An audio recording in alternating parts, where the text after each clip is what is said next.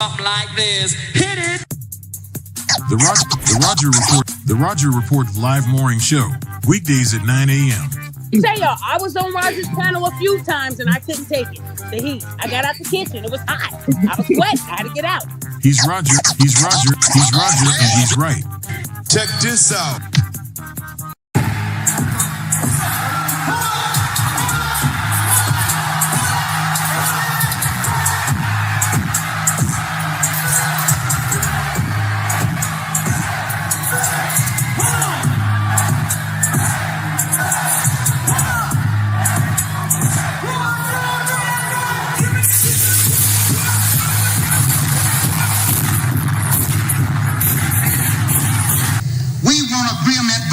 We can live or die. You choose. I have spoken to you a lot of times in hatred and anger, and you have not heard me. Well, you had better hear me today. If you won't listen to me when I make an appeal for the Negroes because you have no concern for the Negroes, listen to me when I make an appeal for America. You claim you love America. Well, we love America. But you are driving us back and you are making a Samson out of us, and we are going to pull down the pillars. And then you think we have no right to ask for something? Is it too much to ask you to grant us human dignity? Should we be put down and shot to death for this request? If so, you can aim your guns. What the hell do you think we care about dying if you're going to deny us the right to live? Good morning, folks, and welcome to another edition of the Roger Report Live, the best show on social media. If you are new to the channel, go ahead and take a moment out to hit that like button, because this is where you're going to find the best content on social media, and you don't have to worry about it because you're going to have me right here to make sure that happens. And if you've already been coming to the channel for a while, then go ahead, hit that like button, because you already know what time it is. You know that this is where you're going to get the best content on social media. It's not a mystery to you at this point. You've seen other people do it. You've seen other people do it well. But what you have not seen is anyone do it quite the way I do it. So make sure you hit that like button. And everyone, yes, everyone, take a moment out to share the content, child. Take a moment out to share the content. There are so many people who need to get great content like this. And it's just a small thing you can do to help the world be a better place. And isn't that what we want at the end of the day? Of course we do. So share the content out. Share it through your social media. Share it through word of mouth. Or even text someone's phone, but do what you got to do to help spread the word. All right, folks, today we are here for another great show. We're going to be dealing with a very, very interesting subject, but a subject the way it needs to be dealt with. And I got to say, for everyone who came in, if you already are aware that I put links in the description, I did notice I ended up putting the wrong link in the description, so I did have to change the link. If you want to dip out, check the link out and come back. That's up to you. But I did see that I put the wrong link in, so I do apologize for that. But the right link is now there, and we're gonna deal with this crazy thing, oppression, y'all. Okay. Oppression. Yes, that's what we're looking at. Oppression. Why are we looking at oppression? Because it is a love language for Black women. Yes, that's right, y'all. I didn't say that wrong. Oppression is a love language for Black women. And we're going to get into some of the things that let you know that beyond a shadow of a doubt, if you have one, beyond a shadow of a doubt, oppression is a love language for Black women. Okay, so some very interesting things we're gonna have to get into, because we like to keep it real. When you keep it real, sometimes things can get very interesting. All right, so before I go too far into this, I do want to say shout out to And there's people who come through and they make things a little bit better, y'all. There are folks who are financial supporters of the channel that allow me to do things in a better way, because I cannot do things the same way without those folks. Okay. And I want to give a shout out to folks who helped me out. So as I've told y'all before, big or small, I do appreciate it all. Big or small, I do appreciate it all. So shout out to Ken Seeing Red. He is the sponsor of today's stream. Shout out to Ken Seeing Red, the sponsor of today's stream. Appreciate you big time. Appreciate you big time. You know, of course, he's been around for a while. You know, he definitely means a lot over here on the Roger Report Live. So shout out to Ken Seeing Red. It's great that he's a part of what we do over here. And let me give a couple shout outs to some of the first people to check in, because when you start a show, it's always great that you see people start checking in as you get started. Okay. So y'all know there can only be one. So shout out to the Highlander of today's stream. My main man, Gold P. He is the Highlander of today's stream. Shout out to you, brother. Shout out to you, brother. Always great to have you in the building. Always great to have you in the building. Shout out to Sarah B. Sarah B came close, y'all. She said she wanted to be Highlander. Now she did get the job done. She almost did it again. So, shout out to you, Sarah B. Great to see you. Great to have you. Okay, shout out to you. We got Oren Black in the building. Great to have you here. Great to have you here. What's going on, my brother? We also got my main man, Floyd Thompson, in the house. What's going on? Yay, yay. My main man, Tunnel Runner, is in the house. Shout out to you, Tunnel Runner. He done pulled up a seat to the cool table like it's supposed to be. J-Dub, representing for the pit crew, in the house, y'all. What's going on, J-Dub? Great to see you. Great to see you. We got Jay Bay in the house. Always glad to have you. Devon Townsend is checking in. Great to see you. Great to see you. We got Afro Merchant in the building. What's going on, my brother? What's going on? And of course, y'all, we got a key ally to this show. All right. If y'all don't know, we got my main man, Chef Mike's Roundtable. Y'all, he keeps it in order over here. He keeps it in order. Him and the pit crew. So shout out to him and the pit crew. I definitely appreciate y'all as a team. I definitely appreciate y'all as a team. All right. And we're going to get into this, y'all. We're going to get into it now.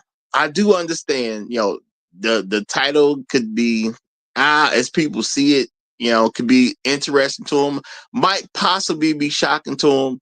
I have come to learn that sometimes I've titled shows and people think it's a joke, or people think I'm just trying to be quote unquote over extreme or funny or something like that. And I just wonder if you listen to any of this content, you know, why anybody would think the titles are too much, okay? Or they think that the titles are a joke. Now, you know, I can kind of think, hey, yeah, I guess somebody would think this is a joke if they didn't actually listen to the stream. But if you've ever listened to me, how can you think this stuff is a joke?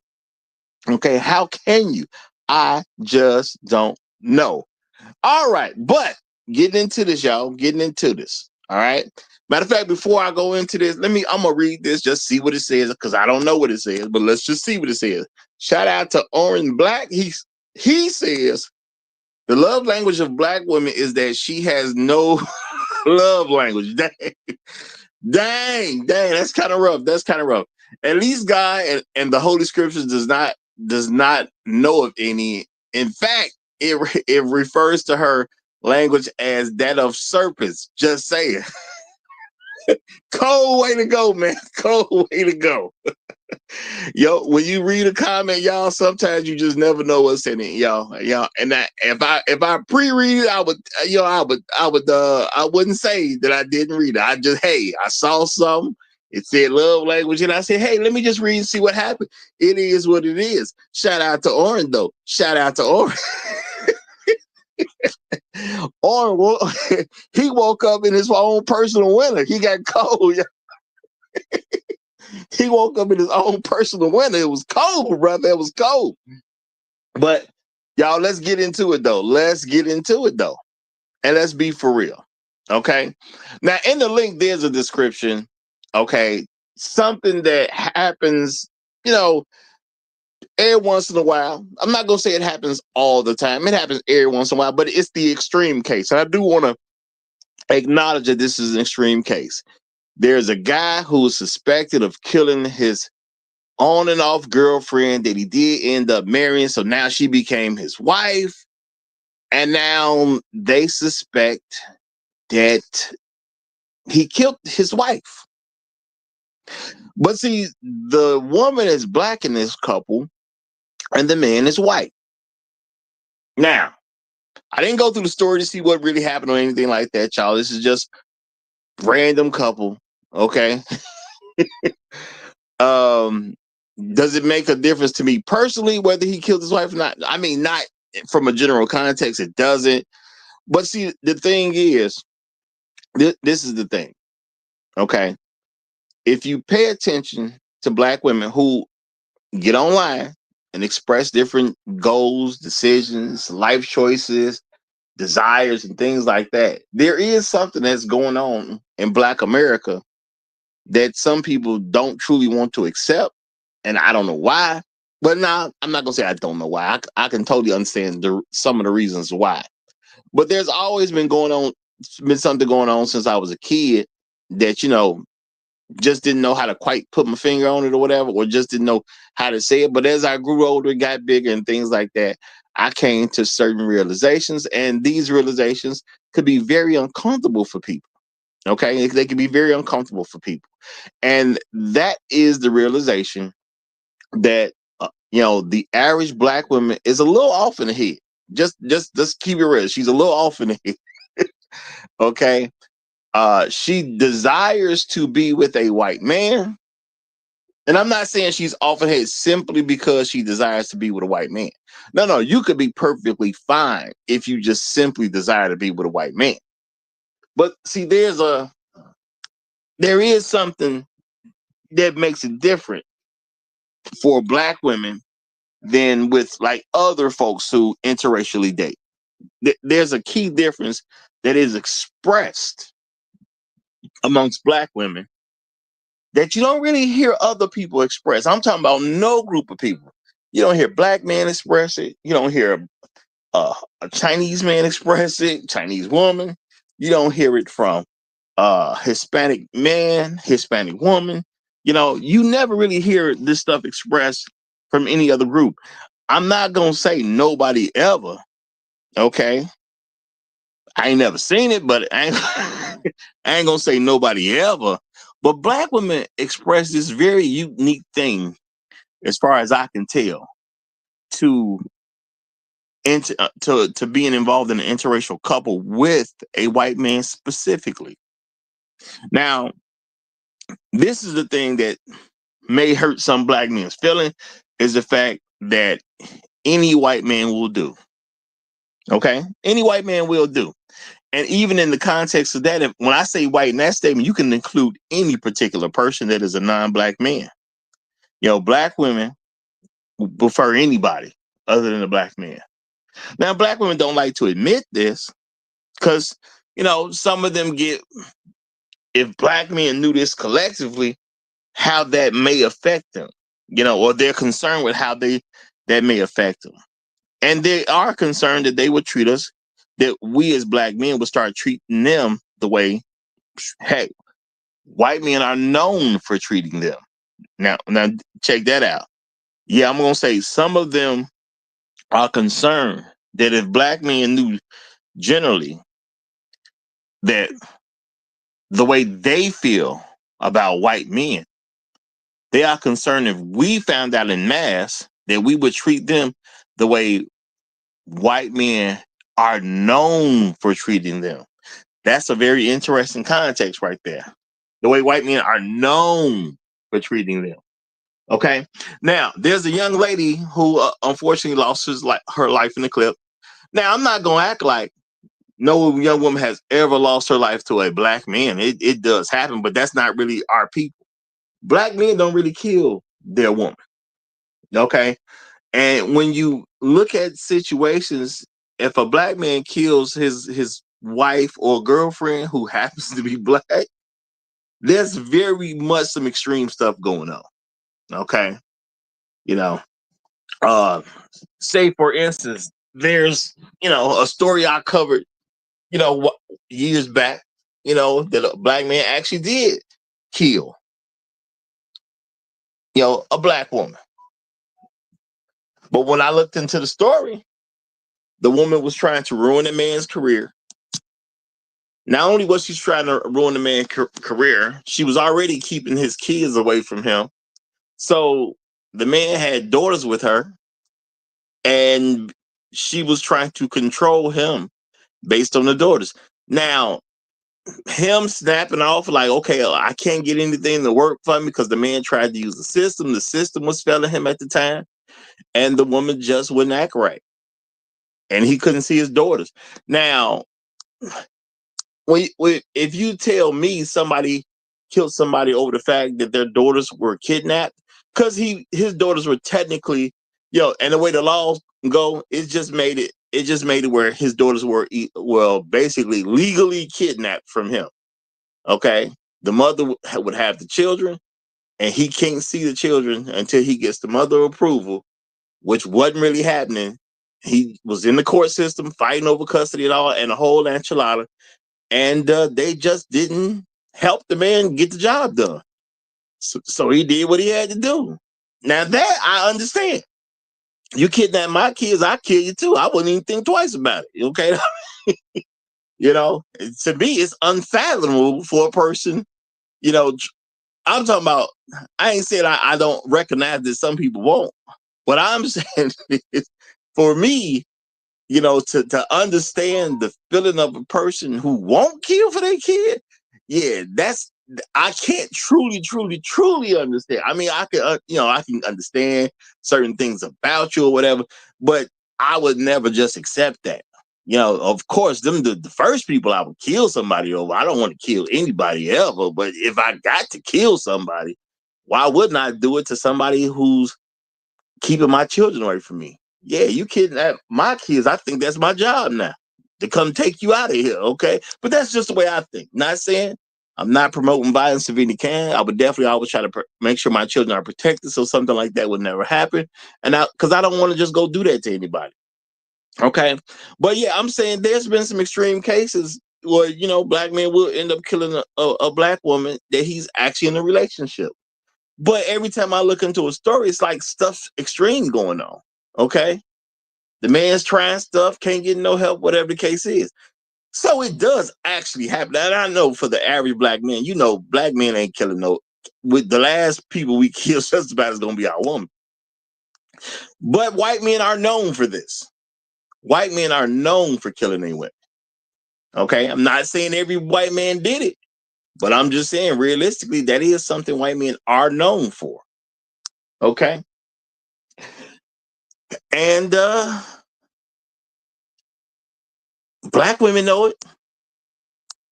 Now you hear black women over social media all you want. You never really hear black women complaining about white men in anything connected to a relationship. Now, maybe black women would beg for government resources or something like that and say somebody else is getting some government resources and we should be getting those same government resources or something like that, or they think they should get something that somebody else don't deserve. That's, when it comes to government resources, because, black folks do looking at going to the government as begging a white man. That's how black folks view it, for if somebody don't know. But you don't hear them complain in any context of them doing something together as people. You don't hear black women complaining about white men and the way white men treat them. Matter of fact, they gloss over a lot of stuff. Now, why am I saying this? Because even in the most extreme case, like this particular white man who happened to kill the on again, off again girlfriend that he eventually married. So now this wasn't just an on again, off again girlfriend. No, this is wife. Okay. The woman he's supposed to love more than any other woman on the planet. This is his wife. He took her up on out of there. And the crazy part was even that small clip of the interview, which I believe they said that was her sisters. You got two sisters there who they just can't accept that white man did that.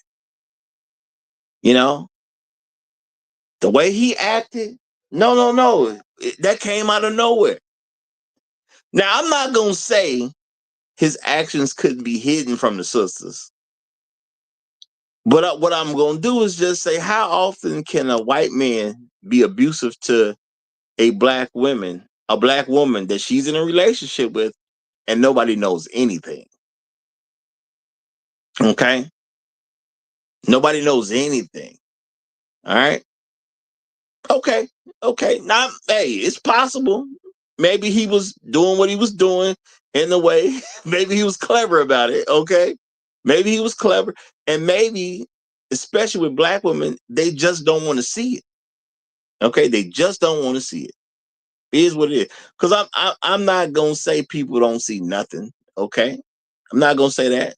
But I will say there are times where people could try to fool outside people, because this is different if you live in a household versus you see somebody every once in a while because y'all don't live together. So hey, it's cool. It's cool. But the way those two black women look in that small clip, it's like they were just not ready to accept that a white man would do something to a black woman. It just didn't seem like they was ready to accept that. Okay, they just wasn't ready. And I get it.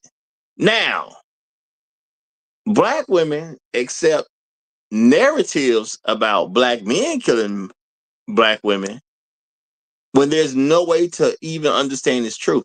And y'all, I honestly believe at this particular point, because of social media and because there's so many black women who get online and they make up stuff about black men killing black women, that they put it in the news now. I have seen multiple stories on the news, y'all. Not just a random person on social media. No, on the news. I've seen multiple stories about how some black man supposedly killed some black woman, and it was over something like she wouldn't give him a phone number. Now, this is the crazy part about these stories. When these stories come up, the woman's dead. The man is not in custody, nor has he made a statement to the police. But people say, well, yeah, this black man, he killed this woman because she wouldn't give him a phone number. And I'm sitting there like, if the woman that was involved is dead, what do I know she didn't do? Well, she didn't make a statement because she's dead. All right. Now, the alleged killer is not in custody. So what do we know he didn't do? He didn't make a statement. So how come you can have these situations where black women just buy into that so easily? And I'm not even saying they just bought into the stuff, because I honestly think at this particular point, the news gets it from black women. Black women lie on black men so much. I think the news gets it from black women. But of course, they can actually get on broadcast, even sometimes national, with a story like that and just throw it out there. And unfortunately, people don't pay enough attention to say, well, how could that even be true? And if it was true, how could you even know it's true? The person is dead. A dead person ain't making statements to the cops. The suspect that's on the lam, as they would say, okay, he's not in custody. He ain't made no statements to the cop. How do y'all know what happened between them? Okay, how do y'all know? You know, there was a story I covered one time about a young lady. They said a man killed her over a basketball game. Now, they showed some clips. The news actually talked to the girl's mama. The girl's mama, if my memory is correct, said that she won a basketball game. Now, this is the thing, y'all. The mama made this statement, but she wasn't there. They supposedly went to the park to play basketball. Well, I guess they kind of confirmed that part, but they went to this park to play basketball. The girl never made it back home. Now, this is the thing. I ain't saying the girl can't ball. Maybe she was one of the coldest young ladies at basketball ever. But how did mama know what happened at the park? Mama wasn't there. Okay? So if mama ain't there, when the story came up, the suspect was gone. Okay? So the suspect made no statement. The girl is dead. She can't make a statement. But they say he killed her over a basketball game. How? But people want to act like, folks just ain't lying on black men. You even got literal news, y'all. The news, the quote unquote trusted news sources. You even have them on national TV sometime, or even maybe it's local news or whatever, but they're lying on black men about this nonsense as if we act like white men who do have a track record of killing their wives. Now, they will kill a wife. They will kill their girlfriends. They will kill their fiancés. That's just something that some of them do from time to time. I'm not saying it's the majority of them, but we know that's their track record. Their track record is, hey, if she becomes too much of an issue, I will take her somewhere and take her on up out of here. Is what it is. Okay? Is what it is. Now, matter of fact, I'm gonna read this because I kind of halfway see a good point in here. It's hard to read a lot of comments. I don't necessarily read comments while I'm listening. I just see a little something, sometimes something interesting. But let's see what Rael just said so I can get the full context. He said, I noticed in the comments so far, none of the black females acknowledged that the dude was white. They use the term criminal to to obscure the fact that he's white, making you think he's black instead of white. Well, there you go. The black woman would prefer to make you think he's a black man, because people will assume that if it's a black woman that got killed, then whoever she's attached to would probably be a black guy. People would make that assumption. So, yeah, that is actually playing a game to try to make you think something's a little bit different than what it actually is. Okay? Shout out to Urban Reed. He said, Detective Joe Roger on the case and hot on their trail. Just the facts, ma'am. Just the facts. Well, y'all, I'm telling y'all, there's a key thing that, I just came together and I started spreading it here, y'all. I started spreading it. When you see situations, there's presentation, but then there's information. Make sure you understand the information is far more important than the presentation. Just real talk, okay? Just real talk, okay? So, now I ain't technically working the case, but I know sometimes people throw a case out there to me. And the thing is, I ain't going with it because it don't make sense to me. But I do know they do throw these stories out because they want people to just have these different kind of reactions and things like that. Now, my point is, anybody can get killed by anybody. Okay, it's been cases where black women have killed black men. Okay, and if we are realistic about it, there's a lot of cases where black women abuse black men on a regular basis because black men don't see it as a thing to really acknowledge women abuse of them, so they go at it. And there is a thing, and y'all, the first time it was confirmed to me was by an actual cop because I have a relative who's a cop, so he confirmed it for me the first time. But talk to police, just talk to a random police officer and see what they say, y'all. Talk to a random police officer. Because I remember when I said that, and I told y'all, sometimes my family, we get into some real discussions, y'all. My family, we get to some real discussions sometimes. And I remember saying that, if a woman is beating up on a dude, she never stops until she's made to stop. You get a black guy who may have a girlfriend. For whatever reason, she upset. Okay. She starts hitting the guy. She never stops unless she's made to stop. Okay. She never stops unless she's made to stop. Now I got a relative. He's a cop. So, he had to do things like, deal with domestic issues and things like that. And he said, you know what? You are 100% correct. Unless you make them stop, they never stop. Okay. Now, he was a relative. Well, technically, he still is a relative. So, you know what I do? I start asking random cops. Same thing. See what they say. Nobody argues with this. If the woman hits on you and you do nothing to stop her, she's simply not going to stop. And let's just keep it real. A lot of black men, we just not gonna hit no woman back. We just not. We weren't raised that way. We don't even think it's socially acceptable. You got all types of men that are even guys who are quote unquote gangster.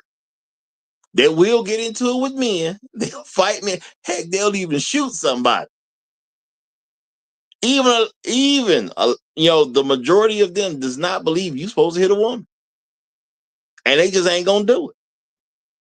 So you can get the quote unquote hardest guy out in these streets, but he ain't gonna touch his woman.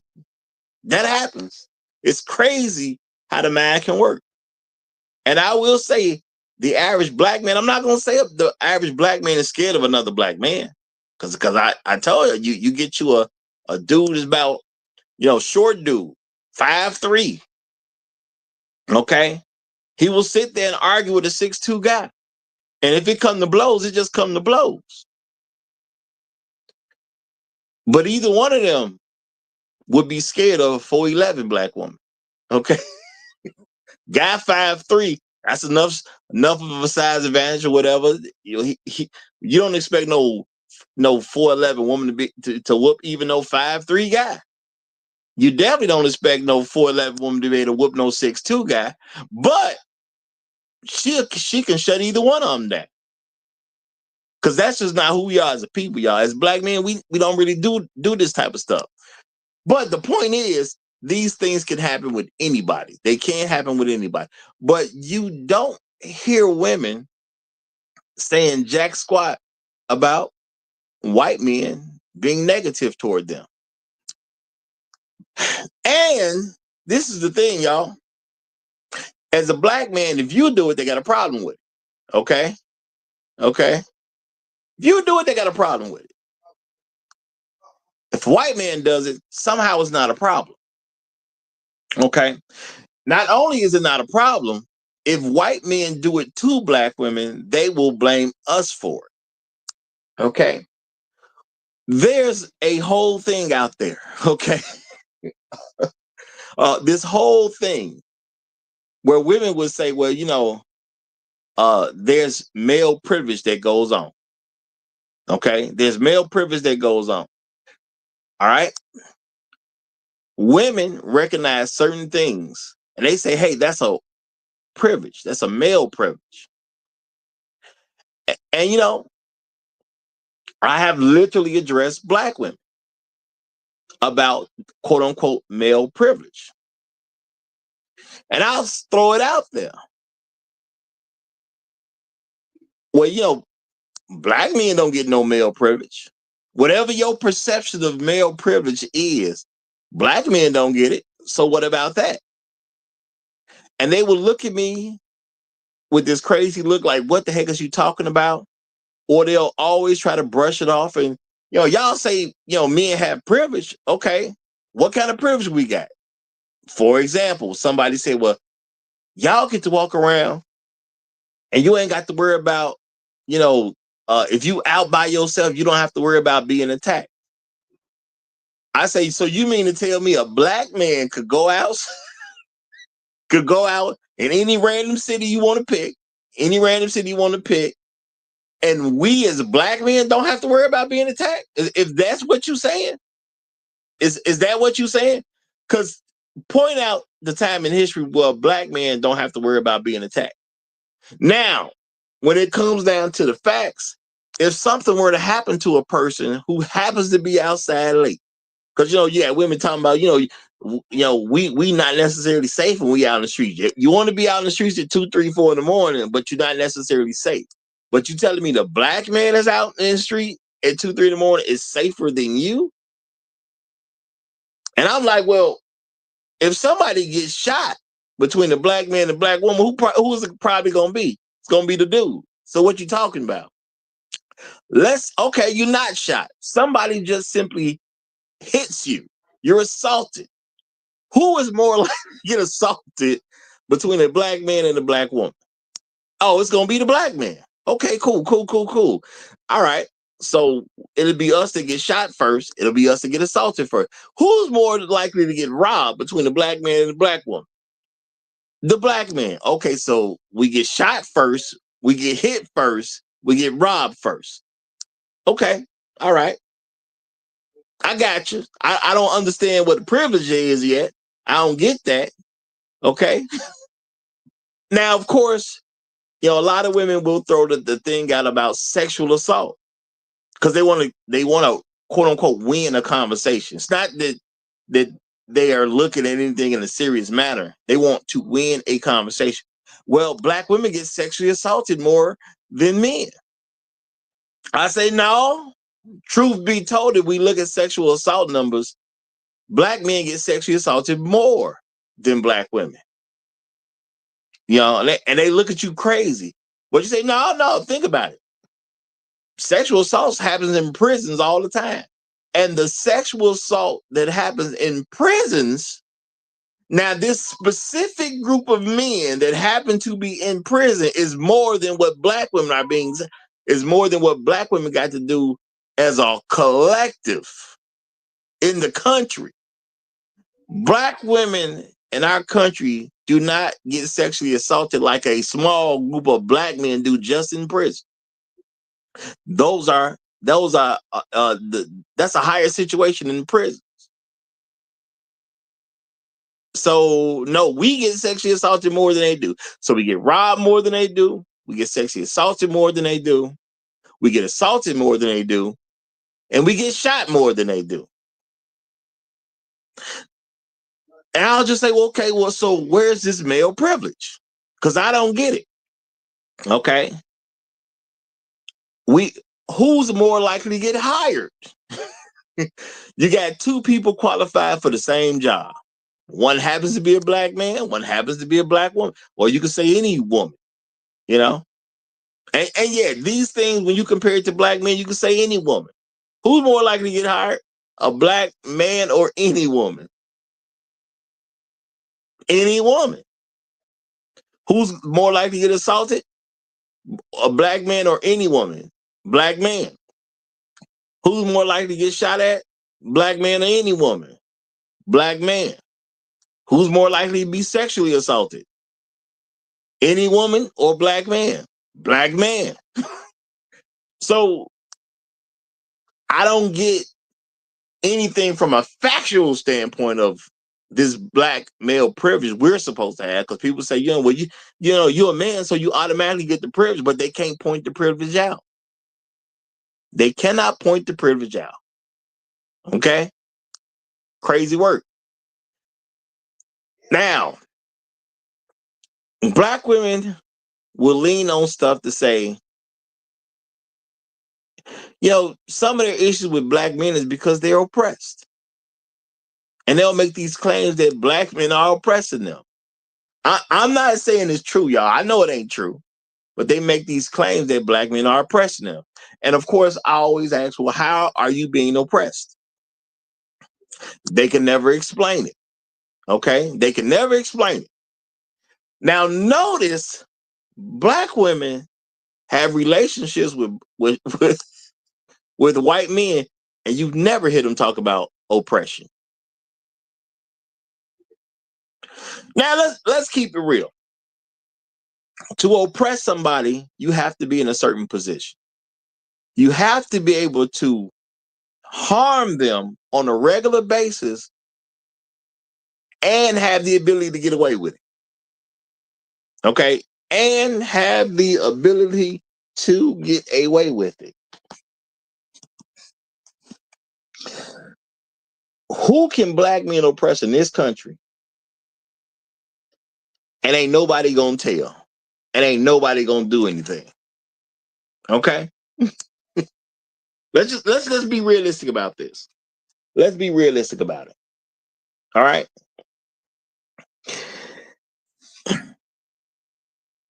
Black women will say, well, we're being oppressed. And okay, well, tell me about it. Because I'm just trying to be realistic. You know, I try to be quote unquote nice to the black women when they saying this stuff. Okay. And I say, okay, look, I'm not saying you lying. I'm not directly saying you lying. No matter, even if I've already determined they lying, I'll at least throw that out there. Okay, I'll throw that out. Look, I ain't saying you lying. I'm not gonna go there with you. I ain't saying you're lying.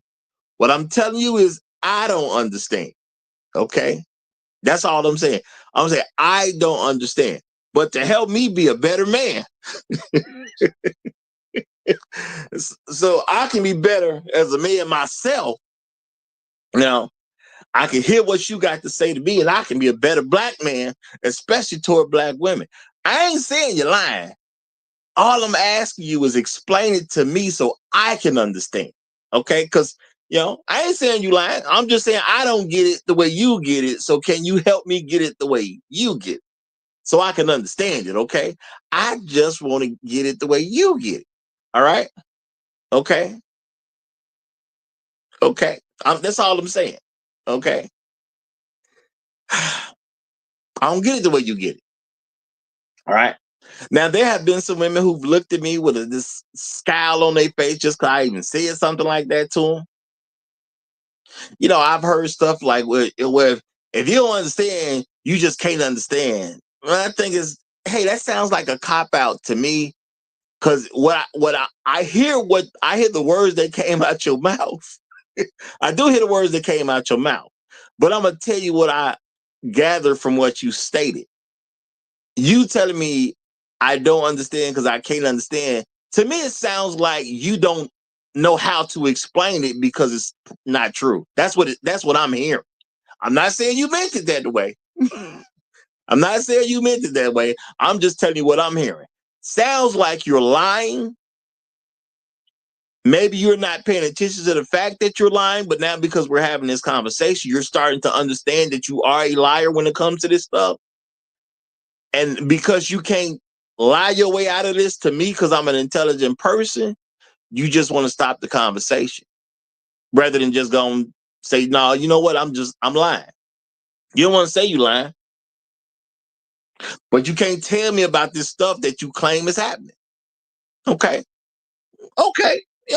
And hey, if you can't tell the truth and get around this, I get it. We can stop the conversation, but both of us get to walk away knowing you a liar. I ain't gonna push you. Okay, I ain't gonna push you. But I just, what I'm saying? We both can walk away from this, but we both understand you a liar. Just is what it is. All right? Because if you believe the stuff, there's a reason for your belief, y'all. Yeah, do y'all understand? We talking about belief. Even when you talk about belief is the thing you can't prove. But you believe in stuff because there's quote unquote evidence of it, right? If you're gonna believe in something, ain't you supposed to have some evidence? Ain't it supposed to be a reason you believe in something? Yeah, when we was little kids, some of us, we used to think a monster was in the closet. All right. Now, why did we think a monster was in the closet?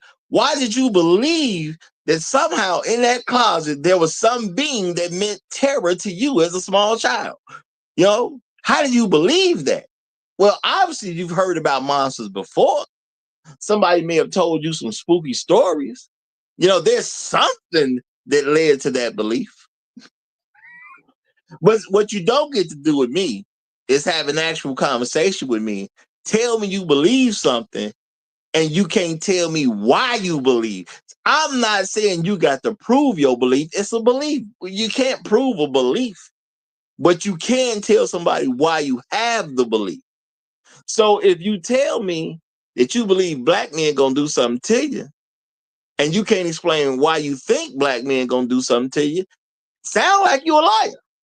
Because you can explain your belief. I'm not saying I got to agree with your explanation, but you can explain your belief if it's truly there. You either believe it or you a liar. It's one of the two, y'all. Okay. Yeah, I've said before, I believe in God. If you know, I done had situations come up with atheists, and you know, they'll say why you believe. I can say why I believe. I can't technically prove it to you, but I can at least tell you why I believe. So when you get into it, man, you talk to a young lady, you ask her why she believes this stuff. Now, this is the thing. Okay? This is the thing. Black women will say, well, I don't want to mess with no black men because they do this, they do this, and they do that. Right? And who do they explain? They explain a white man's reputation. Now, if a white man's listening to this and you getting offended, hey, I'm just telling you what it is. I didn't say you was doing it. I said they explain your reputation. Okay, what do I mean? Black men will just leave his kids. Black men don't leave their kids. Who leaves their kids? White men. Okay? Let's just keep it real. White men have been built a reputation that they'll just leave a kid. Okay? So they take a white man's reputation and put that on black men. All right? Who beats up their women? Whether it be a girlfriend, a fiance, or a wife. Who beats their women up? Okay? Who beats the woman up? White men. They got a reputation for beating up their women. So what do black women do? They just take what the white man is known for doing, and then they put that on the black man. All right? Who actually eliminates women that they are attached to as far as a girlfriend, a fiance, or a wife? Who actually eliminates these people? Well, white men have built up a reputation for that. So they just take what white men do, they put it on black men. Okay?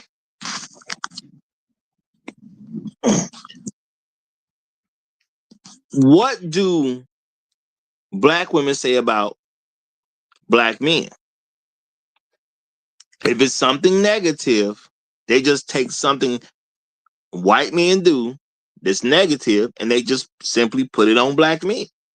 But if you examine the stuff they say, you don't see this stuff happening, man. You just don't. Okay? You just don't.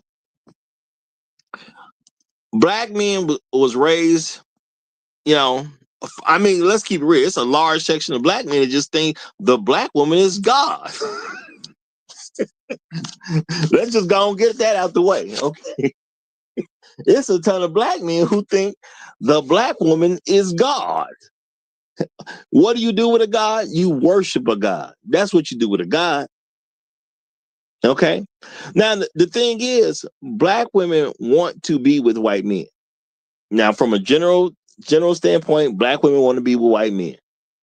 Okay. This is something I picked up as a young man. And guess what, y'all?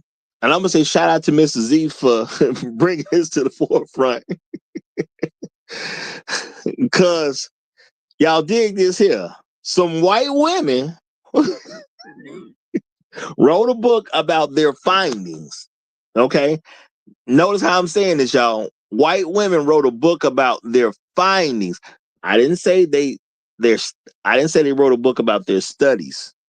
I said they wrote a book about their findings. Now, what does that mean? That means they simply looked into some information.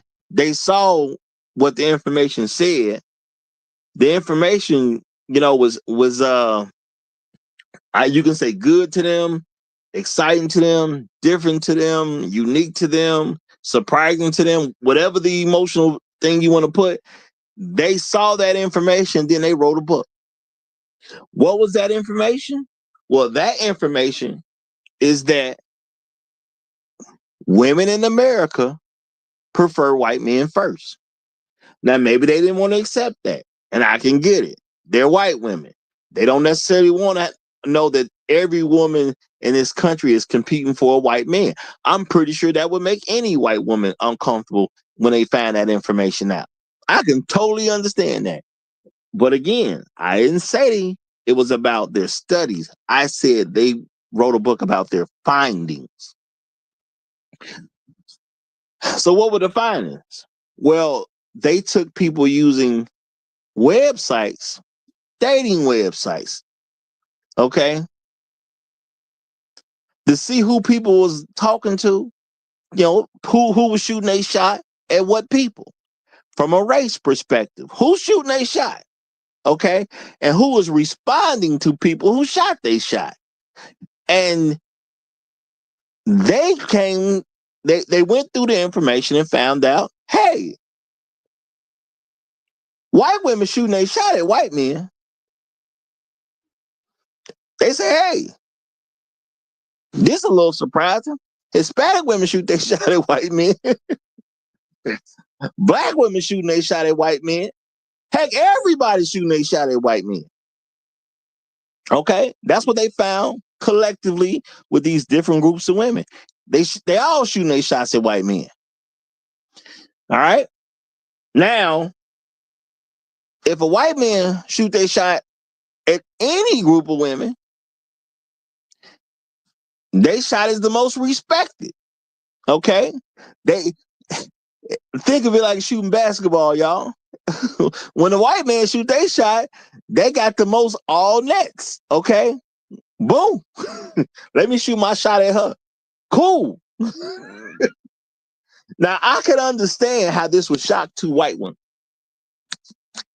Because as women being online, you think you could just throw men away and you don't have to worry about everybody who come at you. So I understand as a white woman, and I'm not saying they went through this personally, but I'm just saying what I can understand could have happened. As a white woman, when you sit there and you see this information, and maybe it's not personal to you, okay? Maybe you don't see this personal to you, but you understand the general thing of the way this may go. You understand, okay, well, I keep on swiping past a bunch of dudes because I don't like this dude, but everybody's after our dudes. So I can understand a white woman kind of panicking about that a little bit. Okay, everybody after our dudes. And if our dudes hit anybody back up, these women are more than willing to get up with him. Okay, they quick to be like, yeah. Hey, you shot your shot at me? I'm right here. I'm right here. Yes, and this included black women. This included black women. So we know amongst the people who are on these dating websites in the privacy of their own homes, we know what black women are trying to get. They're trying to get white men. Okay, I'm not saying they won't take something else, but they're trying to get white men. Okay, it just is what it is. They're trying to get white men. Now, is that offensive to me? No, not really. If black women had a better reputation, maybe it would be. That's all I could guess. If black women had a reputation of being wife material, maybe that would be offensive. But according to the numbers, the average black woman is not worthy of being any man's wife. I'm just talking about according to the numbers. Okay. So maybe that has something to do with why I'm not offended. Okay. It ain't like we losing something. Okay. Yeah, there's not enough there to offend me. And if you upset that I'm not offended, I don't know what to tell you, man. I just don't know what to tell you. I'm giving you my honest guess about why I'm probably not offended. Because maybe, I'm just thinking, just maybe if I grew up in a world where black women were so great to black men, maybe it would sound offensive. I'm just thinking. Because, if you go to them brothers or whatever, they be like, the black woman is God. If they found out that the average black woman wants a white man, they probably would be offended. I would bet they would. More than likely, they're going to be offended. That's what I'm thinking. Okay, I think that's a natural human reaction. You know, the black woman is God, but she wants to be with a white man. Yeah, that's gonna go crazy to him. That he go crazy over something like that. He probably would be offended. Okay, me, nah, I'm not. It just is what it is. Now, this is the thing, y'all. Let's talk about this oppression stuff, okay? Beating people up, yeah, you could say that's some form of oppression. I understand the context of people say when they do stuff like this. All right. So now, this is the thing, y'all. Do black women have a problem with oppression, or do they have a problem with the color of the man who's supposedly oppressing them? Can we be real about this? Do black women have a problem with oppression, or do black women have a problem with the man's color who's supposedly oppressing him or supposedly wants to oppress him? Because, black women will say all the time, see, black men want to oppress, even the ones that can't do it. They want to oppress us. Okay. They say that. I'm not going to act like they don't say that. They do. Okay. They do say that. All right. So is oppression a problem? Shout out to Urban Reed. He said color for 500, Roger.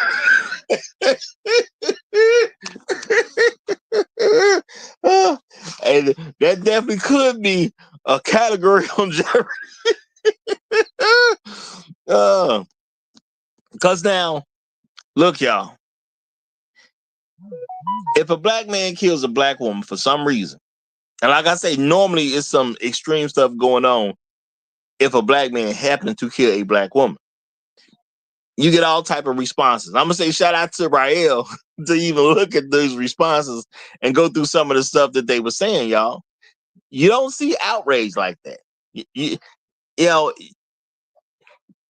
they don't want to come out and just say it's cool because he's white.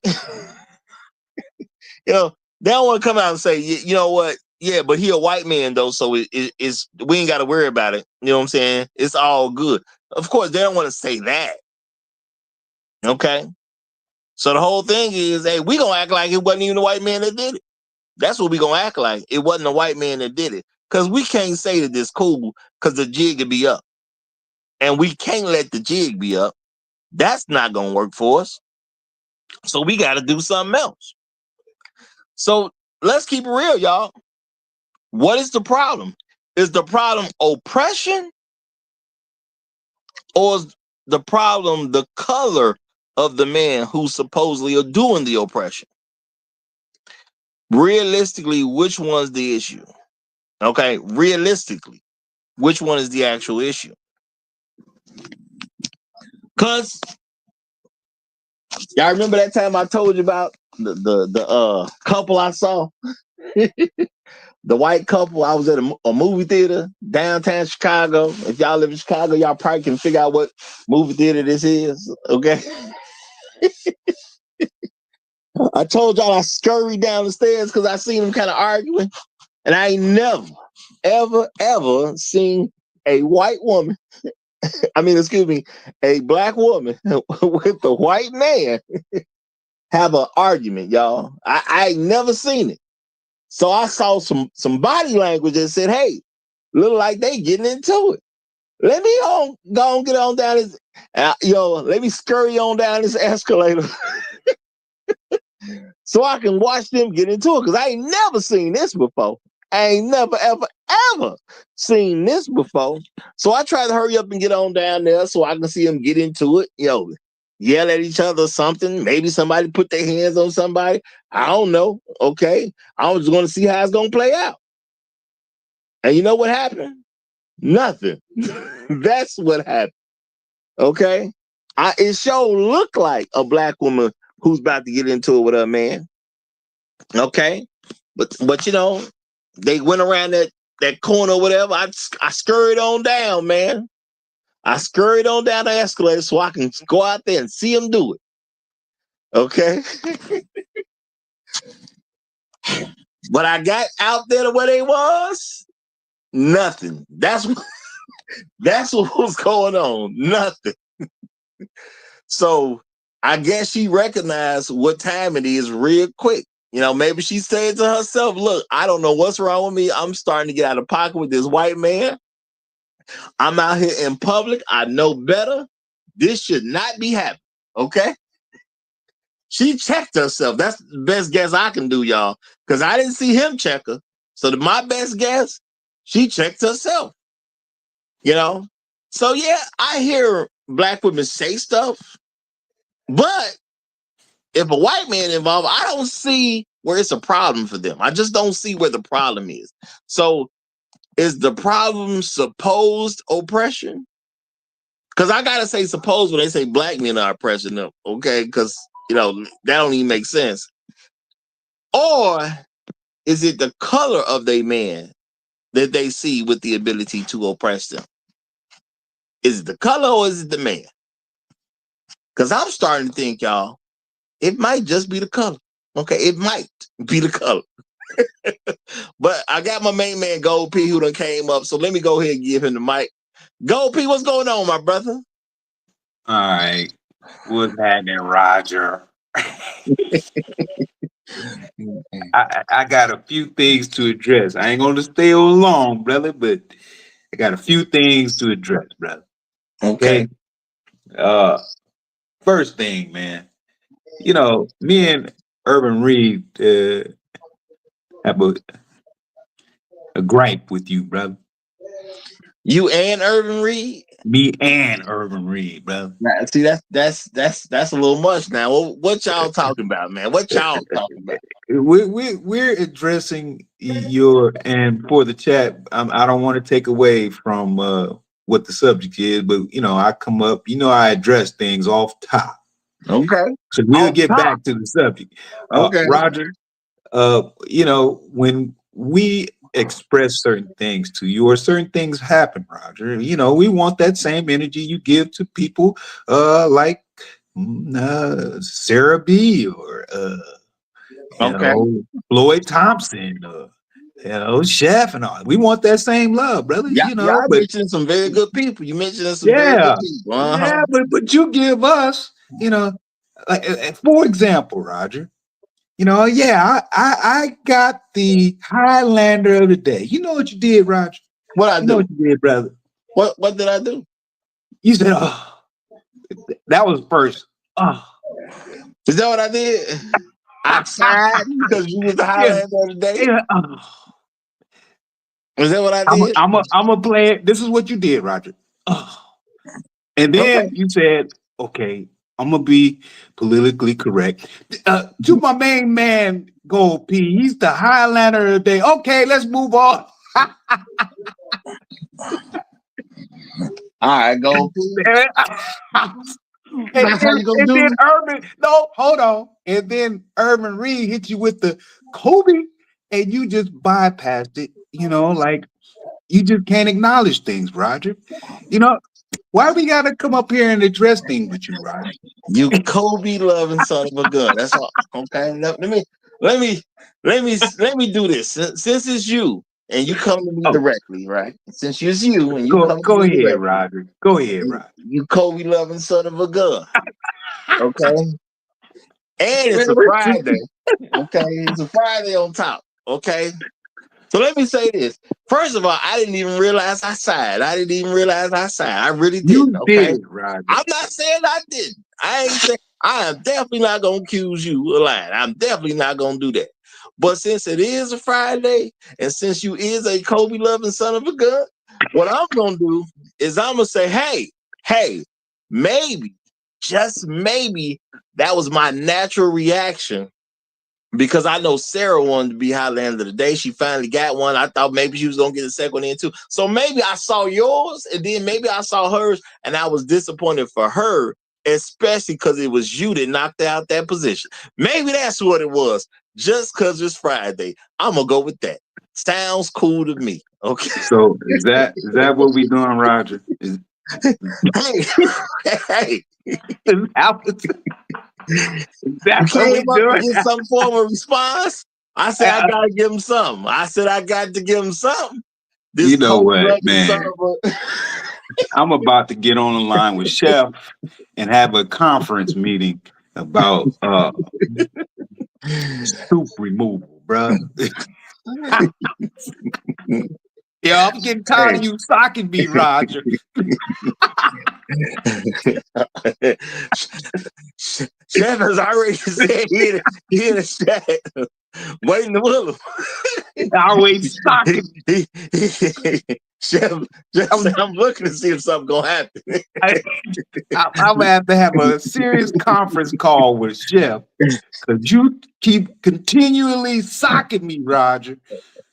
Hey man, it's Friday. I feel good. Okay. That's all I can tell you. No. Look. Chef said I started it. I didn't start it, Chef. I didn't start. No, Roger started when he came on and said, "Let's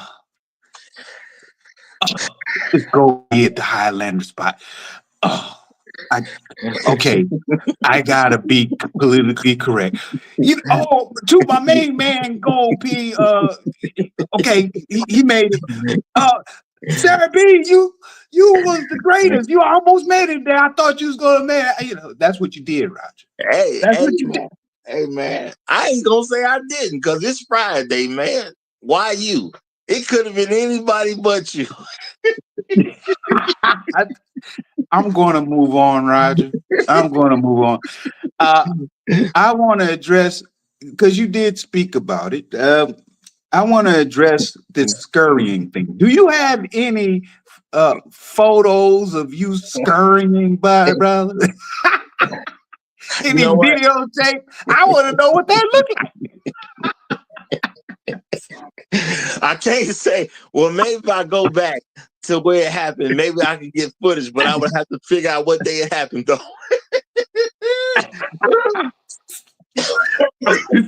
I want to know what the scurrying looked like, bro. Sometimes running ain't enough. Sometimes running, and sometimes you in a place where you just can't do a full-out sprint. So you got to scurry. You were scurrying down the stairs, brother. Was it the escalator or was it the hard stairs? Brother? It was a little bit of both because I almost saw a black woman actually have an issue with a white man in front of me, which is something I ain't never seen before. So you got to understand this, y'all. You got to understand it. Y'all know it's people out there that go out into the wild and they try to get footage of things and very unusual things. So it's almost like a man getting Bigfoot on camera. White men always talk about it's a Bigfoot out there. It's like you seen Bigfoot. All I got to do is get in range for my camera to clearly get to his Bigfoot. So I almost seen a black woman argue with a white man that she's in a relationship with, which I ain't never seen. So what was I to do? I'm in downtown Chicago. It's a very protected place. Just can't have no fool downtown. So I couldn't do a full-on sprint. I had to scurry down the escalator. This is News 9. Roger, the greatest show on earth, was scurrying down the stairs. Hey, can't believe it. If I told y'all that I saw a black woman actually argue with a white man that she is in a relationship with, y'all wasn't gonna believe. I needed a picture. I need a video. Well, did you get a picture, brother? Did you? I had to scurry. The interaction. I mean, they didn't do the actual argument, but the body language. Did you get the body language, brother? And brother, by the time I got down to where they was, because they went outside the building, and I'm thinking, okay, they done got outside. It's gonna go up. It's gonna go up or not. They done got outside. No, brother. No. By the time I got out that door, what done happened, man? What done happened? Okay. They knew you was following them, brother. Yeah, I'm just saying. They said, "Oh, there's this guy following us, baby. We gotta finish this at home. All I'm saying is one thing to tell y'all. I saw Bigfoot. It's a whole other thing to show you Bigfoot. And you know what? I thought I saw Bigfoot, but I just couldn't get the footage, man. I just couldn't get the footage. Couldn't do it. You know, I tried. Couldn't do it. Well, I'm going to, now say my opening statement. Roger, I appreciate you expressing your challenges with not only me and Irvin Reed, but with your scary diaries, brother. Hey, man, I appreciate you being here to listen to it, brother. There you go. You and Irvin. I also put money in the bank for you, brother. I hit the your cash app because I appreciate you, brother. Even though you hit me with the Goldie. I contributed, brother. Hey, well, and that's my opening statement. And I appreciate that. And I just want you to remember, it ain't personal, but it's personal. See, Roger, you know what? Let the party continue. I was like, we got other guests. But shout out to my main man, Gold P. Y'all, as he just said, Gold P has dropped $25 on the Cash App. He says money for the plate. Appreciate you, my brother. And shout out to Inspired Truth Broadcast, who also says fire stream. Appreciate you, brother. Appreciate you. Real talk. And I got a couple other guests up here, so let me let them get the mic. We got our Ivy League brother. I love you, so I'm calling the cops. Y'all, shout out to our Ivy League brother. I love you, so I'm calling the cops. He has the floor, and then we'll take H. Rebels with the floor after him. Go ahead. I love you, so I'm calling the cops. Yeah, you can just call me cops for short. So, Roger, as we know, we're in the middle of summer, and fall's going to be here in no time. So let's get the brothers ready for cuffing season. So, how to get a black girl? Top five. So I'm going to give you top 5 ways to get a black girl and speak the language of love, a la oppression. So I come in at number 5. When it's Father's Day, get her a Mother's Day card because Lord knows she can't stand it when niggas raise her kids. Coming in number 4. Sign the birth certificate. You know it's not yours. She knows it's not yours. But hey, that's what love is. Coming in at number 3. Date her. As soon as you date her, quit your job. Eat hot Cheetos and take a bath in the sink. Because we all know she likes it when you drive her car to work and then pump and dump big booty Keisha while she's at work. Ain't nothing says love like cheating on that hoe. What is that? That's number 3, right? Or number 4? That was 4, I think. Okay. No. That was number 3 because not signing was number 4, right? Coming in at strong number 2. Adopt her kids so she can put you on child support later, right? Nothing says love like getting on that goddamn child support. Right? And finally, the number 1 way to love a black woman: be a white man. Because at the end of the day, you can be Obama, who's half white, and you can be president of the United States. But nigga, if you touch that thermostat, it is World War III up in this bitch. And that's all I have. Y'all enjoy the rest of y'all day. And that is how you get a black woman. Or that's how you love a black woman. Okay. And as a quick sidebar, yo, we've been trying to get a hold of you a couple days. You know why. We ain't gonna get into it now. Yeah, but I didn't receive anything, and I checked. I haven't received anything, and I checked, and I haven't seen like waiting for hot sauce or something like that. Okay, all right, yeah. We'll talk after the show if you're around to get into that. Okay, But for sure. yeah, we missed you, brother. That's all I can say. We missed you. All right, H Rebels. I'm gonna go ahead and give you the floor before. Matter of fact, let me go and get this out the way. Let me get this out the way, y'all. Shout out to Urban Reed. Okay, Urban Reed's a good supporter, so it's like certain things I gotta let him get away with too. But he sends a $10 cash out. He says Roger's love for Kobe and the game. You lying, some of them. That is a great super chat. Wonderful. Roger, Roger. I know we got to get Ace Rebels in, but man, let the party continue. I'm gonna let it roll. I'm gonna let it roll. I'm just Yeah, saying. The I did that on accusations, folks. purpose. That's all I'm saying, man. The No, accusations, Roger. man. The What you mean? accusations, okay? No, Roger. What you mean you let us get away with stuff, bro? Urban Don't you Reed, mean we let you get away with stuff, brother? Urban Reed just made this accusation on me, and he gonna put it in the Cash App too, which is kind of diabolical, as y'all would say. That's diabolical itself to put the accusation in a Cash App. Roger, H Rebels, take over the helm. Go ahead, brother. What? No, hold on.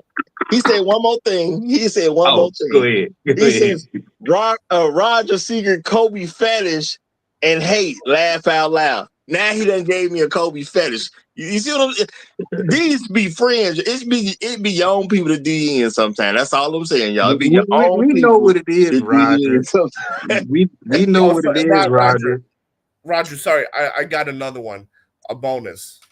How to love a black woman. Okay. And the bonus one is get yourself arrested so you can write her a letter from the jail. Because as we know, only good niggas are in jail. Say it ain't a love letter until it's sent from prison. Woo! Right? That's bars right there, y'all. That's bars right there. It ain't a love letter until it's sent from prison. Right. That's right. It ain't love until you in prison. All right, let's give it to my main man, H Rebels. You have the floor, my good sir. You have the floor. Yeah, so shout out to you, Roger. Just an admin note, real quick. Hopefully your channel is it monetized right now? I need to send you some. No. It hopefully it'll be monetized very soon. I believe because of new rules and things that I'm doing, I believe when I get to 500, I'll be able to monetize it. So we close, y'all. We close. We Okay. put it back together very quickly. So shout out to everybody who done found me. I know a few people may be new, but of course the vast majority is people who are finding the channel after I've lost the last one. So shout out to all y'all. Appreciate you big time. Appreciate you big time. Yeah, it's just a reminder to kind of get on the Cash App so we can support you financially. That's all. I keep forgetting to do it, but other stuff keeps coming up. But at any rate, I got a lot of stuff going on. I've been Hey, H Rebels, not to cut you off, brother, but send a Cash App to Roger with Urban Reed and Gold P type energy, and you'll win, brother. You'll win. You're nasty mother. All right. But we moving to a new apartment. Been doing a whole lot of stuff. Got to get reorganized. There's a lot. I'm trying to find work. You know how it is. There's just a lot going on. But check this out. So look, and this is very interesting because there is a racial component, obviously, to this discussion, right? But I'm just going to drill it down to this, and this is going to be the main point. All it really looks like to me is that you have a black woman or black women in general, but black women specifically in this specific incident, making bad choices with men, regardless of race, right? Because that's what it looks like to me. Like, remove the fact that because black woman, 46 years old, upwardly mobile, starting her own business, doing pretty well for herself, even though she's not married. Nothing wrong with that. There's a lot of women with no husbands. Hopefully, she didn't have kids because now she's gone. He took her life, so hopefully there were no kids involved. All of that being said, she chose a guy with a criminal record. He was suspicious off and on. What was he doing when he wasn't with her? Like, come on, man. Like, this is what it looks. So when men say, "Look, women, you're gonna have to take account for your choices," and men, like, there's nobody on this panel and not even on this panel, but no black man or no man at all is going to recommend that any woman, choose a guy with an obvious criminal record, right? Now, even if, and this is not this, and this is not to say that, we don't, dismiss people with criminal records. What you have to do as a criminal or past criminal is show that you have demonstrated, improvement and major improvement in your life. You actually have to come out of the, prison, get a job, get employed, stay on the straight and narrow, show yourself to have shown to proving yourself to demonstrated a major turnaround, and then we can look at you as like a productive citizen, right? That's not who she chose. She went and chose this dude who made a whole series of bad choices and was not only up and up, and he was not going anywhere in life, and basically he just landed with a black woman. And this is one of those things that we talk about as men. So yeah, I understand there's a racial component to this, and I got some more to say, but I'll just kind of land right there and allow you to respond. Well, you know what? I'm gonna say you do bring up a good point, because even though we're talking about white men, does it take the best of white men when black women transition over? Not at all. I know some people don't want to believe it in their heart, but I'm gonna keep on saying it, y'all. With black women, any white man will do. Any of them. They could be the worst of the worst, the least of the least. It don't matter. It don't matter. And it seems like it doesn't make a difference what they do wrong, because when it comes down to it, they just gonna put that off on us anyway. They'll never say that it was that white man who wasn't this and wasn't that. It's gonna be all on us anyway. So I wanted to mention that you actually talked about that earlier, right? About how all the bad things that white men, non-black men do, but specifically white men, all of the stuff that they do gets transferred or transposed onto black men, right? And this is just basic data. And this is, by the way, this is not me making this stuff up. You guys can check the FBI stats on this. Go down, because this is what a lot of non-black people, specifically white people, like to reference. FBI crime stats and all this other stuff. Look, white men. So white people are 60% of the population. They're white men about 31% of that population. Overwhelmingly, they commit a huge number of crimes. All right. And when you go down the list and look at the crimes, it's like the worst absolute crimes. I don't even need to go down the list. I'll just say it's mostly crimes against women, children, and random people, right? You just think about the worst stuff that they do. All the abuse that's heaped on women and children, and they do it specifically to white women and children, but it also crosses over to everybody else. And then the mass attacks all over the place, right? And then, this guy, he harmed essentially what was a family member. Usually they take out the family or everybody in the family, and then they take themselves out. They actually have a name for it, familicide. That's literally that word was created for them. See what I'm saying? Like, this is something that, it happens across all the races, but look, all the stuff, the serial killer, all of this stuff, they overwhelmingly commit these atrocious acts, and then yet somehow they have an amazing propaganda campaign that transfers all of that to black men, who are only 6% of the population, right? 6% of the U.S. population. This is why when they do that per capita thing, they're trying to. This is why when I talk to other people, especially when I talk to white people about this, and they start talking about black people and crime, I stay on the raw data. I'm like, look, y'all are the largest population in the United States. You commit the most crimes, and not only that, you have the worst level of crimes. And I don't let them even get to the per capita nonsense and all this proportional crap, because I'm like, look, raw data says that you guys are the worst criminals in the United States. Not only that, you have the worst history to prove it, and you haven't stopped and you haven't slowed down at all. Now, that goes past history all the way up to present day.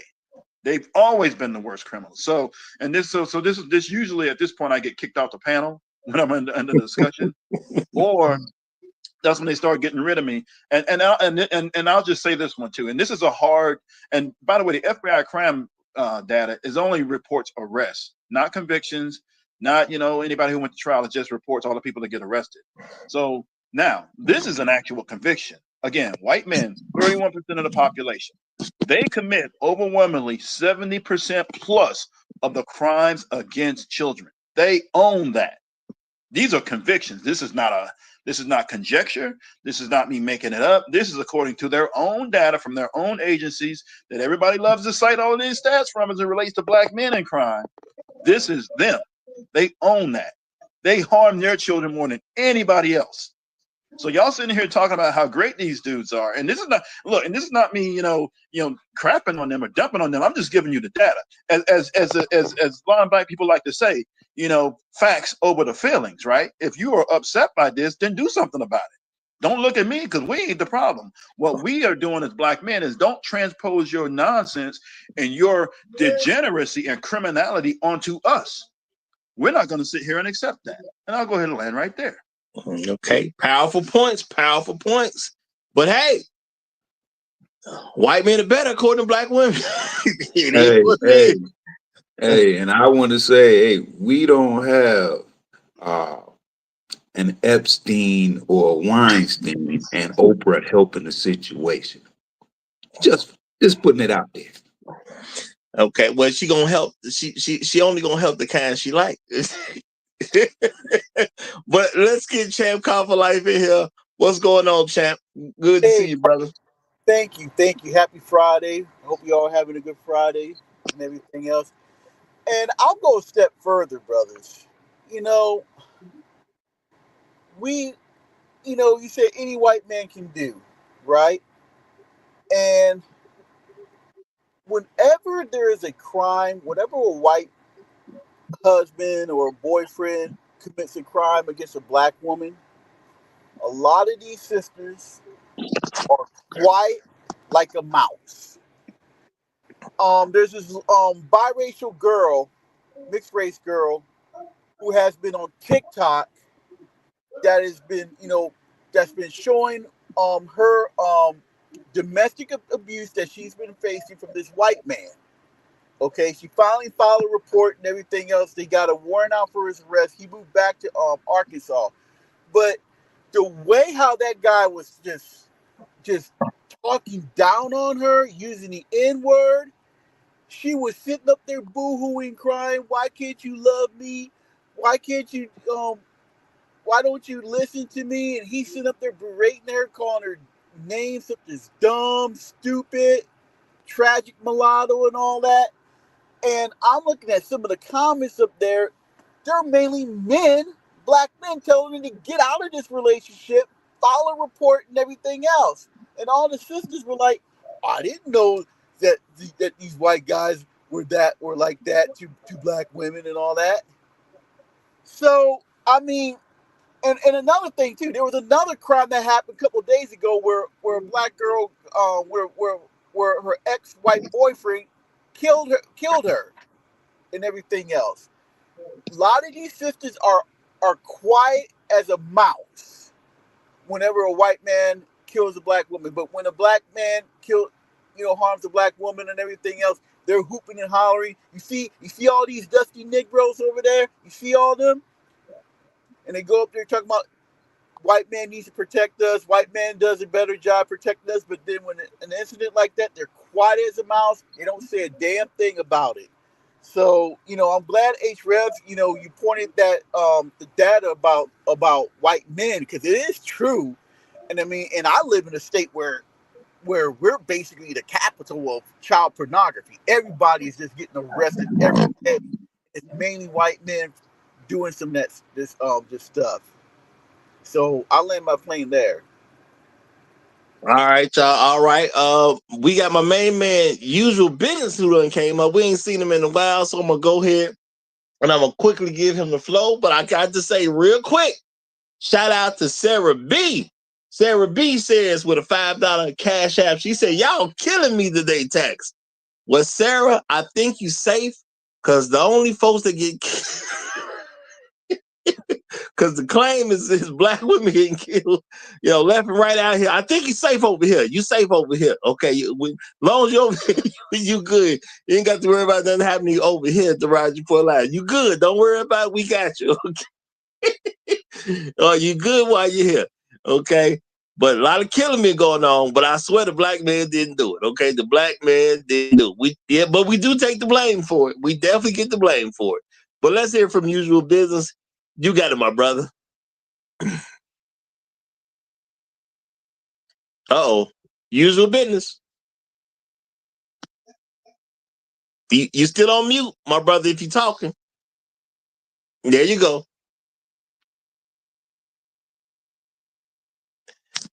Is it me or because I can't hear him. Do y'all hear him?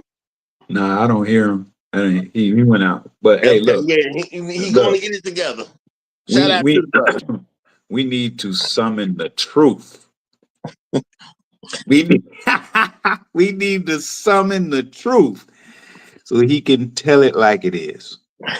And see, this is the thing, y'all. Say it 3 times. Truth teller. Truth teller. Truth teller. Oh, you want to see him in the chat? Maybe. What I'm saying, look, I'm not gonna say that nobody can miss bad behavior ever. Not gonna say that. But the thing is, with black women being able to transfer these narratives about what happens to them, because again, y'all, I can't tell you a black man ain't never did nothing to a black woman. But when you look into the story, there's usually some extreme stuff going on in the background. It ain't just random people just getting killed. With when their relationships is just man get tired of his woman. He happens to be white. So sometimes white men just choose to take you on up out of here. They do it to their girlfriends, they do it to their fiancés, and they do it to their wives. It's kind of seen more as a standard thing about white men. And I'm not saying that's a good thing that it's kind of seen as standard, because it seems like it's a standard where nobody worries about it. Nobody really concerns themselves about it. Well, he was white, so it's not that big a deal that he did it. Black men ain't even doing it. But, if any black man do it, they try to act like every black man did it. So they have no issue fawning over white men, even though white men have built their reputation up. Let's keep it real. White men have a reputation for people who kill, steal, and destroy. That is their reputation. Roger. Go ahead. I want to ask you a question. I was in the middle of something. Go ahead, because I'm gonna get back to I'm sorry. Go ahead. No. Go ahead. No. Let's get your question done. Let's get your question done. Go ahead, brother. Okay. Do you think now you remember when Whiskey Mike had cut up the woman he was with, which she was a black female, cut her up, put her in the refrigerator for 2 years, took her out, dumped her in the ocean, and then went to get with the original woman that he wanted, which was, a Mary, right? Do you think they can really put that on, transpose that onto brothers? Do you absolutely. You really think that? Yeah. I mean, black women gonna do that. They're gonna do that because they act okay. Like, do you think it was stick? Do you think it was stick? No. What I'm saying is, no matter what a white man does, she don't accept that it's a problem. Period. And if they're gonna put it on a black man, and this is all mental stuff, they're going to transpose it onto a black man. See, the thing is, like I said, was that yesterday, black men are the most sanest people in the country. See, if we see somebody harming somebody, we just see somebody harming somebody. Black women, when they see a black man harm somebody, it's a problem. But when they see a white man harm somebody, it's not a problem, because real life don't register to them the way it registers to a normal person. They have to have context to express, well, only the people they want to be blamed get blamed. And that's just what it comes down to at the end of the day. So, yes, everything they do will be transposed to us. It doesn't make a difference what the case is. At the end, in black women's mind, Jeffrey Dahmer is our fault. And that's just real talk, y'all. You talk to any black woman for any good period of time, you can understand what I'm saying. This is not a joke. Jeffrey Dahmer is black men's fault, according to black women's mentality. Now, did he really have anything to do with black folks for real? Not really, except that there were some black victims. Most But of in his victims black were black. women's mind, if a white man does something to anybody, it's our fault. Yeah, he actually he specifically chose black victims because he knew they wouldn't be missed. A matter of fact, one of his victims almost got away. Ran to authorities and tried to get some help. They were like, "Hey, and he explained it away. He said, "You know what? Hey, that's my lover. We're out. We're having a spat. It's a little disagreement." And they sent that dude back over there. What?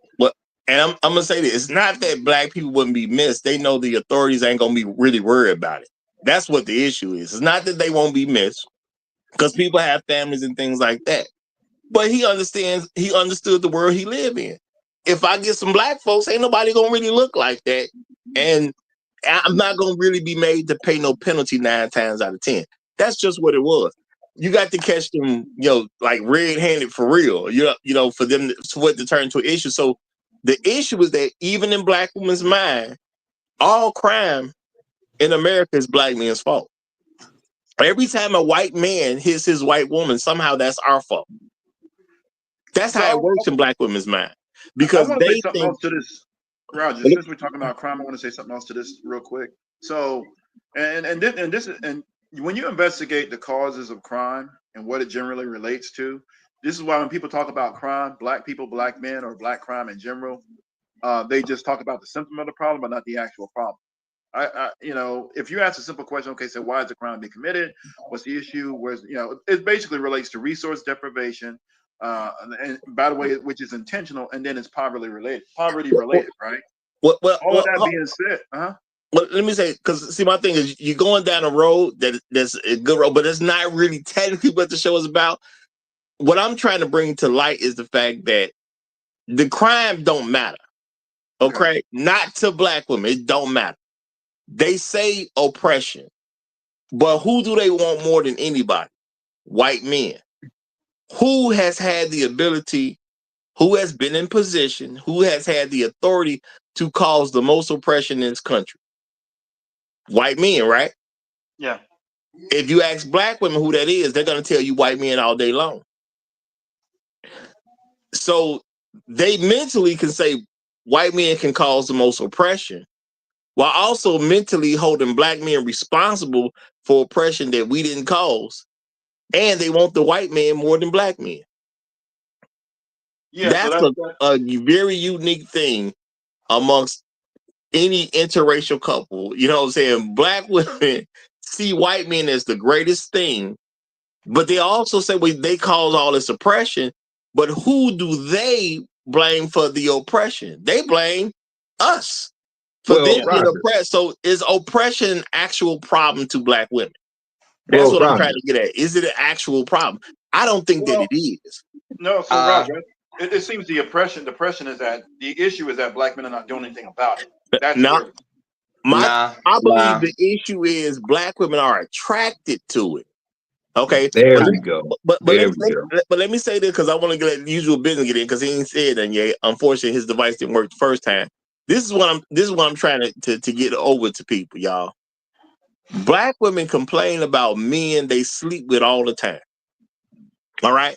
Now, if he happens to be black, what do they say about the guy?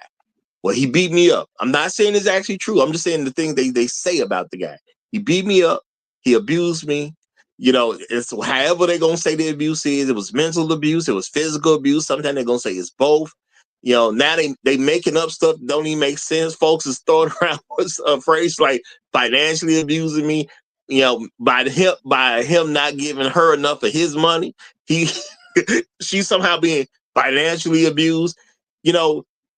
All this stuff goes on. We, as black men, ain't really doing it to them. And the black men they complain about is the men that they, quote unquote, have some type of oppression when it comes to them. Even though this is a voluntary oppression that they keep showing up at the house for, locking the world out and locking themselves in because they claiming this guy beat me up. You steady having sex with the guy that's beating you up. But I'm supposed to believe you don't find oppression attractive. The man you love the most collectively is white, who is known for being the most oppressive man in this country. You like him the best, though. When I think as black folks, we ain't came to terms with the fact that oppression is attractive to black women. They love it, it seems like. That's what I'm putting out here, y'all. And I know this is something that's not said, but I'm saying that we got to be realistic about the world we see. How is oppression not attractive to black women? But let me give the floor to Usual Ben because he ain't had a chance to say nothing yet, and then we'll continue discussion from there. Go ahead, Usual Business. Hey, what's up? How y'all fellas doing? Can y'all hear me? Yes, we'll sir. hear you fine now. All right, cool. I'm gonna go ahead and break this down necessarily to like what is that? Roger said it was a clip that is on Mr. Z's channel, right? When he basically has like some black lady can come in there and says, black women don't have a problem with oppression because most of them are sleeping with white men, right? Either them or somebody they know, right? I don't know if I will go get the clip and go play it for you, but I don't feel like actually going to do the work. Just go get the clip and just playing it, right? But it's a true fact, right? See what I'm saying? Like a lot of black men have this reality of the world where they look at black women as some innocent victims necessarily that's not participating in white supremacy. They are the handmaidens of white supremacy. And repeat this again. Black women do participate in white supremacy. They are the handmaidens of white supremacy. And you look at the book, what is it? The Slave Coast necessarily, or the American Slave Coast, right? You find out that black women in Africa, repeat this word, black women in Africa, right, were the dealers necessarily and the mediators for the white men as they were taking slaves again. I'll repeat this again. They were the dealers and the administrators for stealing slaves. You that's on his questioning like these people that don't know what they're doing, bro. The reality is just like if you look at the movie Django, what was it? While those two black dudes were fighting to the death necessarily with a hammer, whatever, right? There was a black woman sitting right there, kindly chilling, relaxing herself, drinking wine. Do y'all not forget that, right? So this concept or this belief that black women are just some they don't know what they're doing, they ain't evil, they ain't making their own decisions. They make their own decisions all the time, right? And when it comes to black women being let's say unalive, right, or find themselves in dangerous situations with white men, they choose these kind of white men. At the end of the day, they could have chose. There was definitely a nice dude who worked at a truck driver they could have got with. They didn't choose that guy.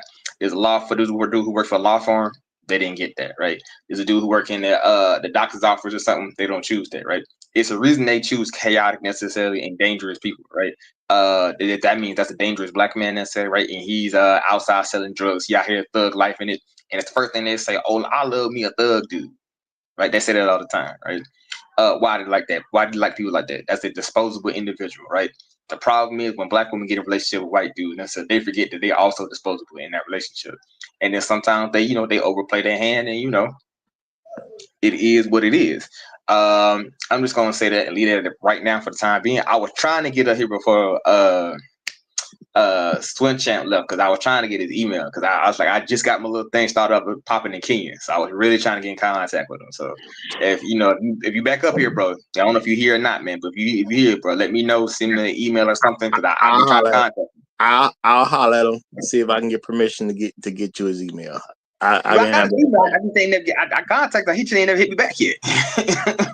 All right, well, that part I ain't got nothing to do with. Okay. Hey, Roger. But I'll give him a reminder that you trying to hear from him. I will say that. I'll holler at him later. Hey, Roger. Appreciate it. Yeah, go ahead, go P. I gotta push out, but my question is, why wouldn't they want Whiskey Mike? You know what I mean? Because we've seen documentation that they want to have the ones in jail, right? So if they can't get the one in jail, why not expire to the? You mean prison? I'm gonna say you mean prison. Okay, prison. Jail. You're right. I'm saying there's a huge difference between jail and prison. I know some of y'all people interchange those, but prison where you go, you already convicted when you're in prison. Right. See, you could be in jail and not necessarily convicted of anything. When you're in prison, the conviction already came down the pipe. Yeah, I got you. Thank you for the correction. I'm just saying that we've seen numerous times over what they want, So why not aspire to the greatest life ender in the world? Why not? Right? No, I totally get what you're saying. You know, they do like destructive men. Yeah. And that's a thing that, you know, a lot of black men ain't really caught on to. They like destructive men. So why not go after the most destructive man? Right. Right. Right. I totally Right. get what you're saying. Hey, but I When gotta it push comes down out, to it, that man. makes sense. I'll be in the clouds. Hey, talk with y'all later, man. All right, Good be show, easy, Roger. brother. Appreciate Good you, show, brother. Roger. Appreciate you. Even though you a Kobe Little and son of, See, I still see, appreciate you, see, brother. see. I'm saying I appreciate through it all, brother. No, Through it all, Roger. I think. No, Roger. No, I'm trying to leave peacefully, and you just come out with the, heavy guns, man. I wasn't trying to do that. I'm saying What's with all the aggression, I'm Roger? saying you was on something earlier, and I'm See, saying I chef? still appreciate you No, anyway. no, Roger. See, chef? You see, chef? That's what I'm talking about, chef. This is what I'm talking about, chef. I'm gone. All right, be easy, brother. Be easy. Yeah. And shout out to you, Usual Business, for that commentary as well. Okay. When it comes down to it, it's not like black women don't see white men a certain way, and they like the most destructive men of the groups. Okay. Because I'm telling y'all, any white man will do, but they prefer to like destructive men. Think about it, y'all. You see that they complain about black men all the time, right? Okay. What are they usually complaining about? They'll say, well, this dude don't take care of his baby. Baby probably not even his. What we don't have in any real population in the black community is a black man who won't take care of his child. That don't really exist in black America. People claim it exists, but when you start looking into the details, it'd be a kid that don't belong to the actual man. Or she claims she don't know who the father is, and that's why she on the government the way she is. Okay. Or that's why she try to get her family out of her business. Well, who kid is that? I don't know. The dude may not even know he ever got her pregnant, whatever the case is. But what you normally will not find is a black man who knows he has a child, but won't do for his child. You don't really ever see that. So it's just they spread narratives. Okay. They talk about, well, I was with this brother, but he was too abusive. When the white man's abusive, have you ever heard a complaint? You ain't never, not one time, heard a black woman complain about some white man who was abusing her. It ain't. They claim black men abuse them on a regular basis. They claim it and they say it, but you don't. When you have you ever? Y'all understand how bold of a statement this is. I'm talking to random people technically, who a lot of y'all I've never met. Some of y'all I'm never gonna meet. But I can sit here and say, when have you heard a black woman complain any white man has ever abused her? Think about that. You don't hear that. You don't hear nothing about black women talking about, yeah, I was with this white man and he abused me. No, they'll say that about, they jump on social media and do that. Now, let's keep it real. Most of them can't even get white men the way they want. You know what I'm saying? That's the vast majority cannot get them the way they want. But even when they do, it's rare that they're gonna actually get on social media and complain about it. But you got them complaining about black men daily. Okay. So is oppression acceptable? Seems like it is to them. Whatever they claim this oppression is, seems like they absolutely fine with the oppressed part. The issue that they got is what color is the man that's oppressing them? I'm gonna say this much real quick, right? Black women do not, like I keep saying this, right? I say this and I say this all the time, right? Black women don't have a problem with white supremacy. They have a issue with their status in white supremacy. I'm gonna repeat this again. They do not have a problem with white supremacy. They only have a problem with their position in white supremacy, right? So if, let's say the black woman necessarily America, let's say the ADOs West one, whatever you want to call it, right? That's right. If she was the number one squeeze, or let's say the favorite concubine of like Asian women are to like white men, then you would have no problem. Yeah. You would have no problem, bro. Do you hear Asian women complaining about what the white man does, bro? They're the first one necessarily to say that, right? the Asian man is probably one of the financially strongest men in America, right? They have the most intact community, do they not? Right? They come from a lasting legacy of greatness, also, right? Don't stop that Asian woman from saying, "Oh, you look like my brother." Asian men are this, Asian men and that necessarily, right? Don't stop them. It literally does not stop them, right? You got an Oxford study necessarily going through the exact same points of quote unquote how the Asian women work, how they do it, and so forth and so on, right? And the Asian woman will literally get online on TikTok and really say, "Yeah, the Oxford study. I'm gonna be an Oxford study Asian woman." And you think Plantation Keisha is not on the same thing? You're baffled, bro. I'm just gonna leave it at that, though. Yeah, it's definitely hard for them to see white men in a bad way when they want the white man to win. That's just a hard thing to, y'all know. If you've been on here for any kind of time, y'all know I love Michael Jordan, greatest basketball player ever, because he played for the Chicago Bulls and he helped win championships over here for Chicago.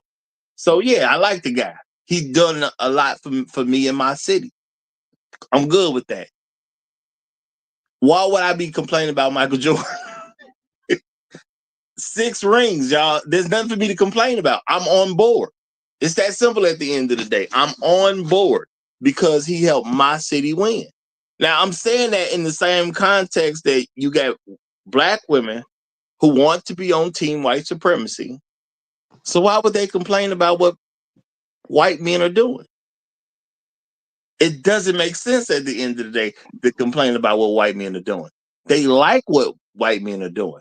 White men may be off of some people, they gonna cheer it on. Just like when Michael Jordan scored, when he hit a basket, I'm gonna cheer it on because we on the same team. You see what I'm saying? White man, he embezzled millions of dollars. Black women gonna cheer it on because she on the same team. Michael Jordan gets through the double team, dunks on everybody. I'm cheering it on because I'm on the same team. Now, we could be talking about a game of basketball. We could be talking about criminal activity. It doesn't make a difference. You cheer on what you like when you on the same team. So black women are on team white men. Point blank, period. So they can't complain in any real way about what white men are doing. So when the black men do it, yeah, it's a problem. And they're going to try to classify it as some form of oppression because they're not on your team. But when the white men do the exact same thing, well, of course they're going to go silent about it because they on the same team. Well, but okay, so here's the problem with that, though, Roger. The white men that there is no problem with it, bro. No. The white men that they're cheering for is not on their team. They're not on the team. That's the issue. I mean, is that not the look? That's the way I see it. They're not. They may be on team, Whiskey Mike, but Whiskey Mike is not on their team. They have not accepted them as team members because if you're part of the team, okay, so you cheer for Chicago. Obviously, you're not on the team, but you get the benefits of being a Chicagoan, and then representing the city, and then you get the benefits of being able to bragging rights and all this other stuff. There's some benefit to it. There's no benefits for them being on Team Whiskey Mike. Is what I'm saying. I keep doing this, bro. I keep doing this, and we keep going over this. Like I keep saying the same stuff. Folks think I'm lying when I say this, right? White supremacy is a religion, right? When you pray to your God, and your God does something that you don't like or does something with it, do you complain? Yes. Your God requires, like, you see, the problem is you keep looking at this differently than reality. Like I really believe this is a psychological schism for black men. Like you can clearly see it even on the panel, right? Well, when I keep saying it is a religion, right? When your God requires you to make a sacrifice, do you get upset? Not if you believe in your God. If you believe in your God, you're gonna get past it. Yeah, I'm gonna get past it. Look, so I'm not disagreeing with what it is you're saying. What I'm telling you is that in reality, this is how it's playing out. I agree with your points about it being a religion. They believe in it. They support it, all this other stuff. I'm not going to disagree with that. What I'm telling you is that on the flip side, and how it's playing out for people who actually see it for what it really is where are the benefits? This is why you don't have black men supporting racism. This is why you don't have black men going, hey, we on team Whiskey Mike too. No, we not. Because we ain't getting nothing from it. I'd be on their team too if I was getting something, but I'm not. You know what? I'm gonna actually say that's a lie, bro. They've been getting something from it, right? They got preferential treatment above No, you. he That's was what they saying black wanted. men. He was saying black men Yeah, I ain't getting understand nothing that. from it. But I Yeah, will actually counter that whether they try to give us something or not, we probably not gonna be on their team.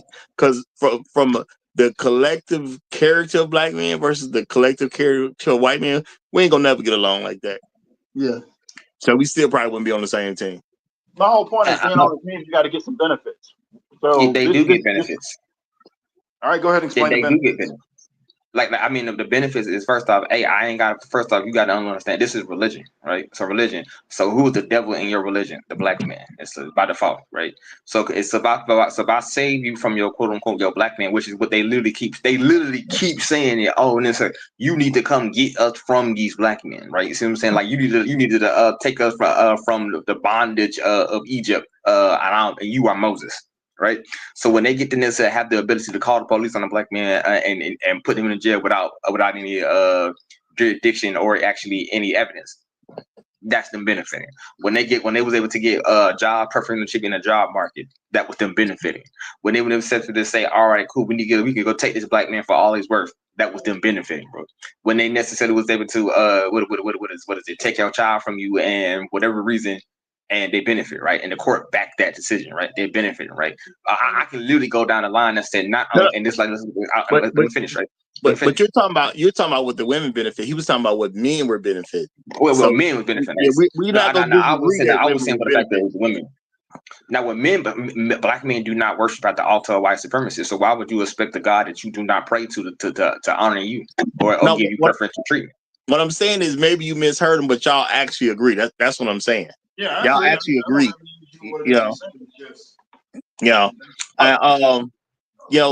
And that's why I mean, and what that last statement you said is a real thing. Black women ain't gonna complain when the white man do it because number one, they in full support of him doing whatever he's doing.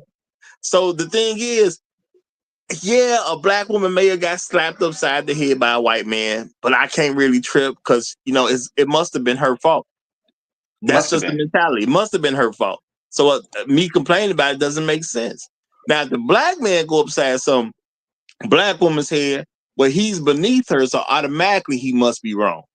See, it's just a different outlook. Exact same thing, a different outlook. Except in our situation, it don't really happen. With white folks, they have a reputation for going upside people's heads. So I mean, it is what it is, So they believe what they want to believe. And that's why when you ask black women about do you even think white men are better, it's a very difficult conversation for them because they can't even truly express why they have facts on why they believe this stuff. They lie so much, they just make up stuff. And the thing is, they a normal case, they just get to go through the world basically unchallenged about any of these thoughts. See, I just challenge their thoughts.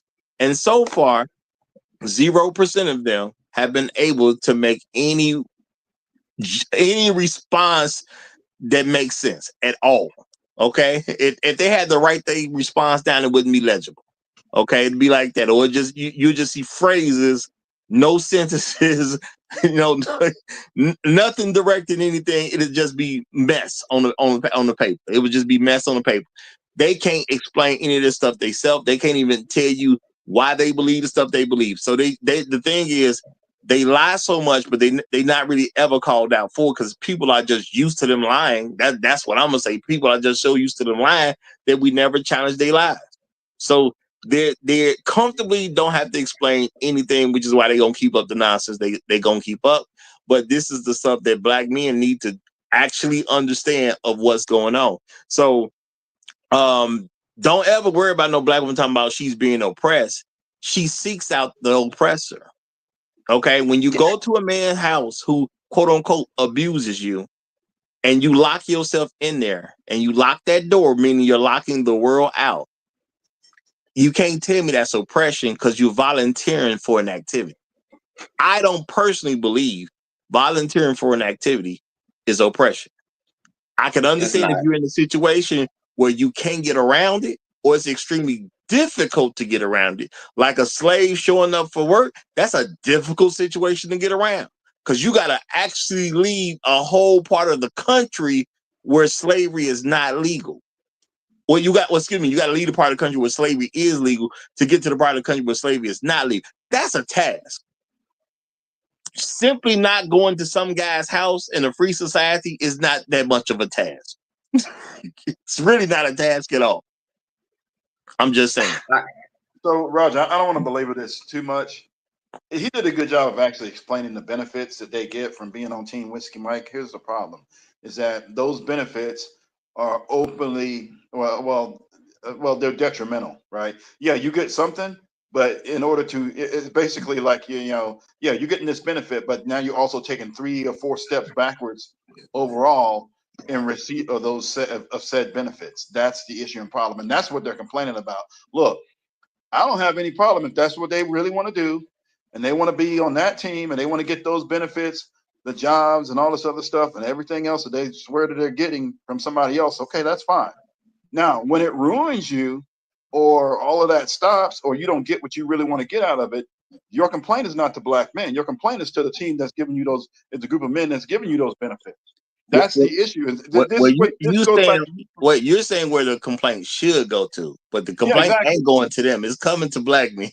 Which goes to your major point, is all the negative stuff is being transposed to another group of men. It ain't got nothing to do with any of this. See, I think you necessarily. I really think y'all, when y'all look at this, y'all really don't see that religion. Hold fast, because I gotta stop y'all, because I gotta let Jado get in. Jado done came up. I gotta let him get in. Okay. So, Jado, you got the mic, brother. You got the mic. I thought I was gonna have to wait another 15 minutes, bro. That wasn't me, man. That was I ain't messing with you. Hey, salute to you, man. Salute to everybody on the panel, everybody in chat, replay gang. What up, man? The brother, usual business. Yeah, man. I mean, you said some things that I've said before on some of your previous channels, Roger, like. Black women, and look, man, black men, it's hard for them to really accept this, because we have black women and black, girls that we love. I have 3 daughters. I have an ex-wife. I mean, we just like most guys have mother, aunties, all that stuff, man. We love these women, man. But it's hard for us to get it through our heads sometimes, just because we have these close relationships. We care about these people.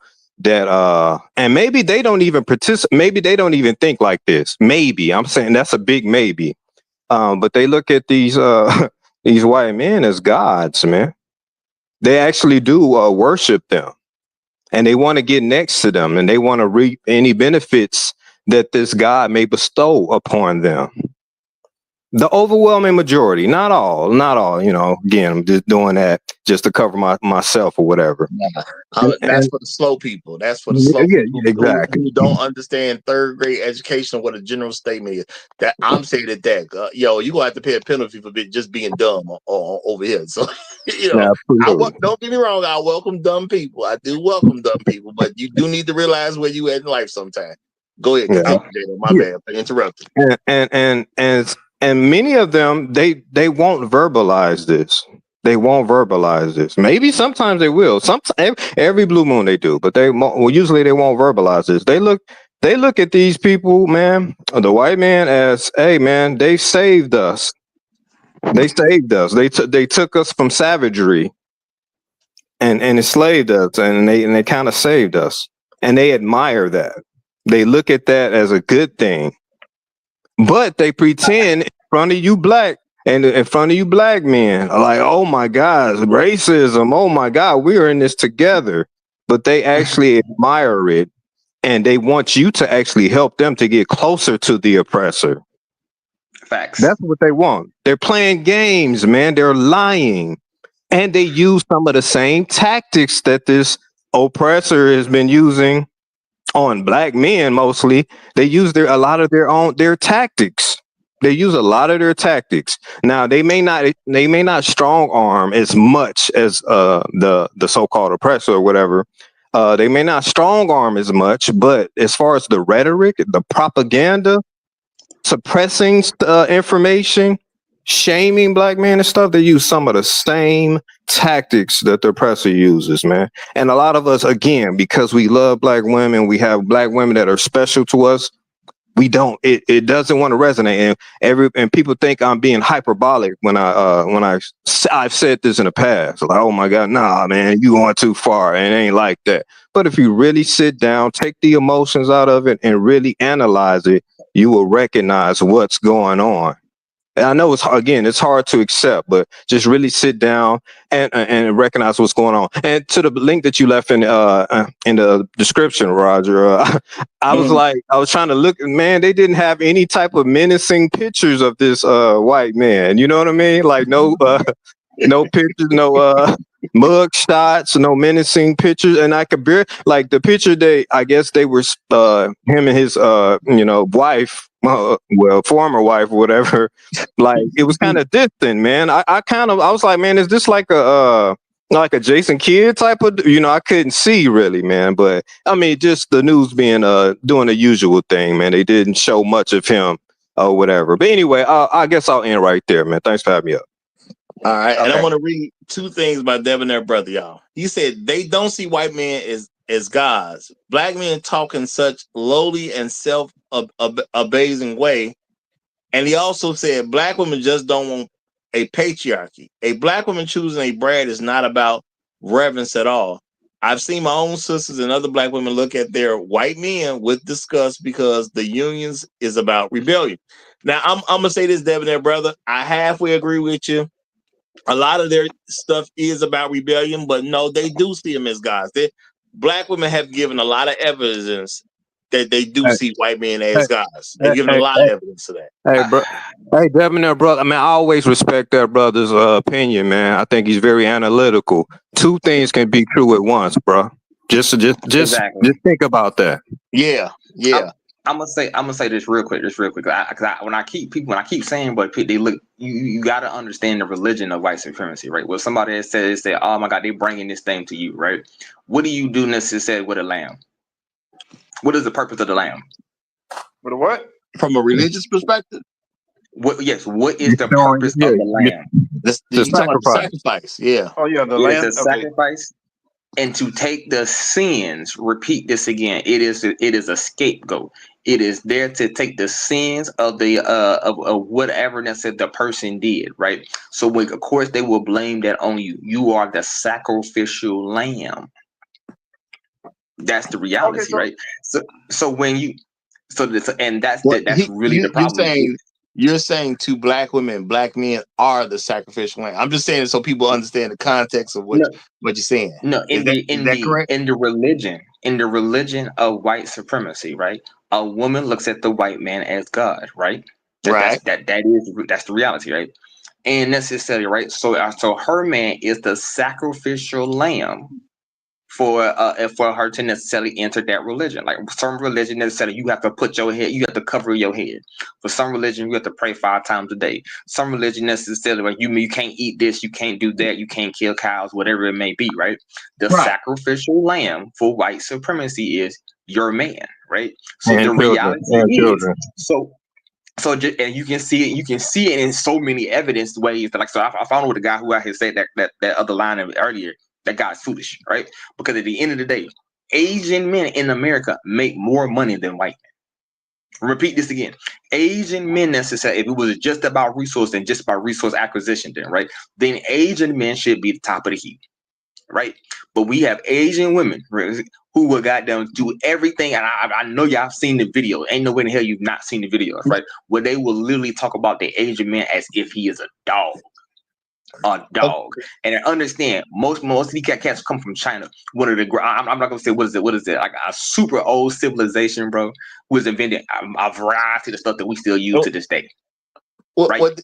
So at the end of the day, necessarily, they will say them dudes look like my brother. He got a small dick. He so forth and so on. He not masculine, but whatever, bro. That is them necessarily using that man as the sacrificial lamb, right, for their religion.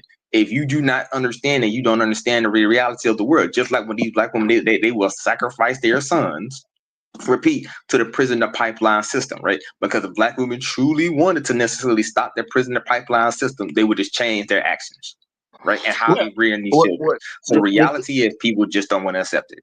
So no. Well, look, we get that you're explaining this in terms of a religion. We get all of that. I'm really not disputing anything that either of you gentlemen actually said, right? So my thing is that if you got a problem, if there's any problem in the real world as it relates to what you are not happy about, you take that problem to your God. You don't blame another group of men when that's the God that you're worshiping, and that's so. I guess in my mind, there's a literal and there's a literal reality, and then there's this virtual reality of how they're playing this out, right? If you look at Team Whiskey Mac at your God, well then all your issues and problems need to go to him. Well, this is the thing, though. This is the Right? thing. Don't talk to us. Don't bother us. Don't look at us. Don't blame us. All your issues and problems need to go to him. Everything you're asking for needs to go to him. Now, my Not thing, anybody else. That's how religion is supposed to work. but when you go, you correct. Black women just don't have a God that they're super confident in, because they will come complain to black men. But I'm also say there is a lot going on to the religious aspect, because there are black women who go to white men. If y'all hear black women talking about what needs to happen for the community, that is them talking to white men saying, "Hey, we need this and we need that. Can you make that happen for us?" That's what community is. Now, don't get it twisted. They'll say the same thing to black men, and they'll say, "Y'all need to do this for the community," but they're never actually talking about a community where black men are included. So, devils are tricky. That's what I'm gonna tell y'all. Devils are tricky. Okay. Yeah, so that's why I can't really disagree with this whole religious. I like how he's framing it. That it's this concept that's actually bigger than most people really want to grasp. And I get all of that. I live in the real world, right? So I'm not going to dismiss the religious aspect of this, because part of religion is faith, and all this other stuff, and believing in something that you can't see and touch, right? All of that being said, on the flip side of this is a group of men who are literally suffering because of behavior of women going to looking at somebody else, asking and begging and getting a little bit of residual benefits, not even full benefits, and then blaming it, and then that whole concept of the sacrificial lamb, blaming their men and black males for problems that they're creating for themselves. Hey, Rebels. I mean, it's not really. I mean, it's just an analogy. It's really showing the dedication, man. That's all we're talking about. It. It's a dedication to it. That's all we're saying. Okay. Yeah. Well, belief it's tearing system. them apart. It's a belief system. It's tearing them apart. It's tearing their community apart. It's tearing up everything. Well, my thing that's is my dedication to my God, though. Yeah, that's look at the Crusades, though, right? Yeah, my like on the battle for the Crusades necessarily. What did they destroyed necessarily thousands of villages and homes necessarily going through North Africa, right, to go to fight the Muslims. That was their dedication to their craft, to their God. It is dedication. Now, see, I'm a person that I pay tithes and offerings, right? Some people believe in that. Some people don't believe in that. Some people think it's supposed to be done or whatever. I accept it's a good thing to do. So I pay tithes and offerings. Dedication is when, hey, I ain't really got as much disposable income as I want. Do I really want to pay these tithes and offerings? Because that'll just take away from money I can trick off. Okay. And I'm not saying tricking off of women, just doing whatever you want to do with your money. If I pay tithes and offer, I don't have as much to do what I want with. It's getting a little tight. So do I trick off or do I pay tithes and offer? Well, if I, which I personally done on many occasions, uncomfortably, especially when you first start paying tithes and offering, you uncomfortably pay the tithes and offering because, hey, this is the thing I'm supposed to do. That's dedication. I really got this bill I need to be paid, but I'm going to pay this tithes and offering first. That's dedication at the end of the day. So he is making a very strong point. The point that I'm really trying to get across is when it comes to black women and oppression, they're simply drawn to oppression.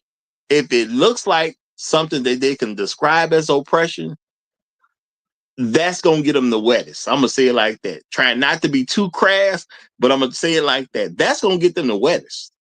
Okay, you can't make no woman wet you can't make no black woman wet like you can with oppression. Because see, you got to look at the dynamic of what they do with black men, white men and every other man. They have different reasons for doing things with different men. And at the end of the day, the average black woman says she wants who? Now, keep in mind, black women ain't having, I'm talking about from a collective standpoint, black women ain't having children by husbands. They having children by random men. Some of them men don't even know them babies were born. Okay? So they ain't got no standard of what you got to do and what you got to be. They don't care for you at the end of the day. They just don't care. So then they'll say, well, I had to raise this child all by myself. No, you didn't. You didn't even tell the dude you got pregnant by that you was pregnant. Or you got with the guy, and as I told y'all before, for most black women, by the time that baby 2 years old, she done already got the guy out the picture. They are not together. It's that simple. Black women fight against black men getting custody of their children. Why? Because they want to continue to get some form of benefit, whether it's a child support benefit, whether it's some court-ordered benefit, even if it's just the benefit of being able to talk down to a man and say he ain't really no good daddy. She may be in a financial situation where she ain't looking to get nothing from the government. She just want to say that nigga ain't no good. He's a deadbeat dad. I'm raising the kid. This is some kind of proof of it. Yo, you put her in the same situation with white men, you hear nothing. Now, I'm not saying they won't take any white man, but they love a white man that hate niggas. Notice that. They love a white man that hate niggas. Okay? If the white man will do something to a black man, they love him even more. Now, I'm not saying that a lot of them do that, but keep in mind, there's a lot of white men who got caught in racist activity, and they have people looking into their lives because the internet do that to people. And what you find out, oh, his girlfriend black. Yeah, he was just calling somebody a nigga down at the subway. They caught him on camera. So, internet people go dig in your life. Turn out he got a black girlfriend. And the black girlfriend always talking about, oh, I didn't know he was like that. You've been having sex with this man for 3 years, but you don't know he racist? Come on now. I mean, I think the reason black women are quiet about incidents like this, you know what I'm saying, is because it's the cost of doing business, man. They look at it as just collateral damage. It's just, okay, if I put myself, and maybe this is a racist or whatever, and maybe he can potentially harm me. It's worth the risk is worth the potential reward, man. So they're not going to say nothing about it. It's just collateral damage. It's cost of business, man. Exactly. And see, my thing is, y'all, I'm not here trying to say something where I'm trying to get black women to acknowledge something they're not acknowledging. I'm trying to make sure as black men, we understand what the game is. The thing is, they like that over there. I don't care what you're talking about. I don't care if you're a quote-unquote better man. A lot of black men like to believe in nonsense that don't apply to real life. Because, it's plenty of black men over the internet, just to be real. It's plenty of black men on the internet talking about if you improve yourself as a man, you're going to have better luck. And they're talking about black women. No, you ain't. You're going to get the same luck. Because black women don't measure you based on your accomplishments. That is not what they do. So, yeah, you can hit the gym. Sure. Do that for yourself, though, because it ain't going to help you with the women. Okay? You can go get rich. Hey, if you got the ability to go get rich, knock yourself out. But it ain't going to help you with the women. And truth be told, the only thing you're doing is you putting a target on your back because, okay, he's doing this now, he's doing that now. Let me see. He has more stuff I can take from him than this other guy. So that's all you're really doing. You're putting a target on your back for somebody to come take your stuff. Especially when you're talking about a black woman who's 30 and above. What y'all think she out here on the market for? She out here to get stuff. If she wasn't out here to get stuff, she'd be married already. So you got to start putting real things together and stop looking at. I mean, I do stuff point to point to point so people can understand points. But at some point in time, you're supposed to put all the different points together so you really understand what the picture is. She 30 years old. She black, but she ain't married. What she want with a black man? She clearly doesn't want to be oppressed by a black man. Okay. Yet she says she seeks out men who will abuse her. So that makes no sense at all. Okay. The reason she ain't married is because she wants a white man. She hasn't come to terms with the fact that she can't get one. So if she takes a black man, she'll eventually may take a black man and form some form of relationship. She won't be good enough to marry for the most part, because most black men ain't gonna marry her anyway. And then, hey, it is what it is. If a white man come along, I'll just ditch the black man. I don't care. He white. It's that simple at the end of the day. That is a reality that you have to deal with. He white. I'm gone. Now, luckily for black men who love the woman, a white man coming along and take your woman is probably not going to happen. But if she got the chance, she gone. It just is what it is. We got to accept realities too. I'm just going to say this real quick, right? Like, see, I'm going to tell you, I did EMS for a little bit, so I know the hospital, right? So when anybody know hospital know a lot of stuff go down in them hospital rooms. A lot of stuff go down in them hospital beds, man. The amount of chicks that I know that's quote unquote, that they may have a black boyfriend, but they doing something on the side. We'll still say that maybe the white doctor or whatever, or the doctor or the head nurse or whoever that may be on the side is baffling, bro. Now I'm not saying that they only doing it just white dudes. That they also doing some black dudes, maybe a head nurse or head doctor or whatever, right? But it's definitely going down, right? So I don't understand why people have this religion like these women are just like that. And but the main thing I was really trying to say is like this, right? You need to look at women look at you like a job, right? Like if you lose a good job, it's like, oh man, I lost a good job. But you're not like, oh my God, right? You crying because you losing the benefits that job gave you or bestowed upon you, right? So if your job gave you let's say 20% equity into the company or so on or whatever, right? You like, oh, you're sad because you're losing that job. Yeah, that's what the reality is. Like, and women look at you like a job. That's why they have no problem switching from one job to the next job, right? And I think that's the problem that I think with men and so like people say, women are in business, men are in love, right? I know we heard that quote before. I mean, that is true, but I'm saying there's a different thing also going on when it comes to this quote unquote oppression that black women suffer from. And they keep saying they don't like oppression. Yet when you follow activity, they go to the men who are more than likely to quote unquote oppress them. I've never seen a black woman have an issue with a man that's quote unquote hurting them by cheating on them. And they say that's a form of oppression, even though you voluntarily have to be in a relationship. I don't know how somebody oppresses you in the thing you volunteer to be in. Makes no sense. Okay. But it's never an issue for them. The hardest woman to get to, or the hardest man to get a woman from is the guy that's abusing her. How many men have tried to get their sisters to stop dating some guy who she's complaining is abusing her? How many guys have talked to their grown adult daughter who don't live in their home and said, if that man doing all that stuff to you, why don't you leave him alone? We say all that stuff, but she ain't trying to leave. So now he may not be a white guy, but what is he doing? He's quote unquote oppressing her. So she's drawn to him. Just is what it is. Now the white guy, he can say it again. I said I have to agree because when the best relationship that I ever had, the best relationships that benefited me, right? I remember saying that the best relationship that benefited me when quote unquote I was the bad guy, right? Or classified as the bad guy. Oh, that pussy stayed wet. When her dad said, "Let's say leave that guy alone, bro." Oh, she couldn't leave me. Like she drove from from the top of Georgia to all the way to Miami to come pick me up.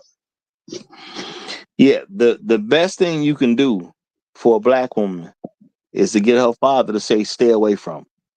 You gotta once you can make that happen. Now the thing is, when it comes to white men, they will do far worse. They will beat on the woman, but it's cool because he's white. Okay, they'll slap her in front of people. She ain't embarrassed. She say it's my fault. I shouldn't have made him do that. This stuff happens, and maybe some of y'all don't see it. Y'all, I've seen it for years now, because I've told y'all I've literally worked in places where white folks live. I see black girls come around because white men are there. I see what they do to the black women. Okay. And I see them just accept it. No matter how outrageous it is. I have literally told people, nah, bro, don't get into that. We just here to work. That ain't our business at the end of the day. We here to work. Let them do what they do. She don't have no problem with it. She having sex with that man.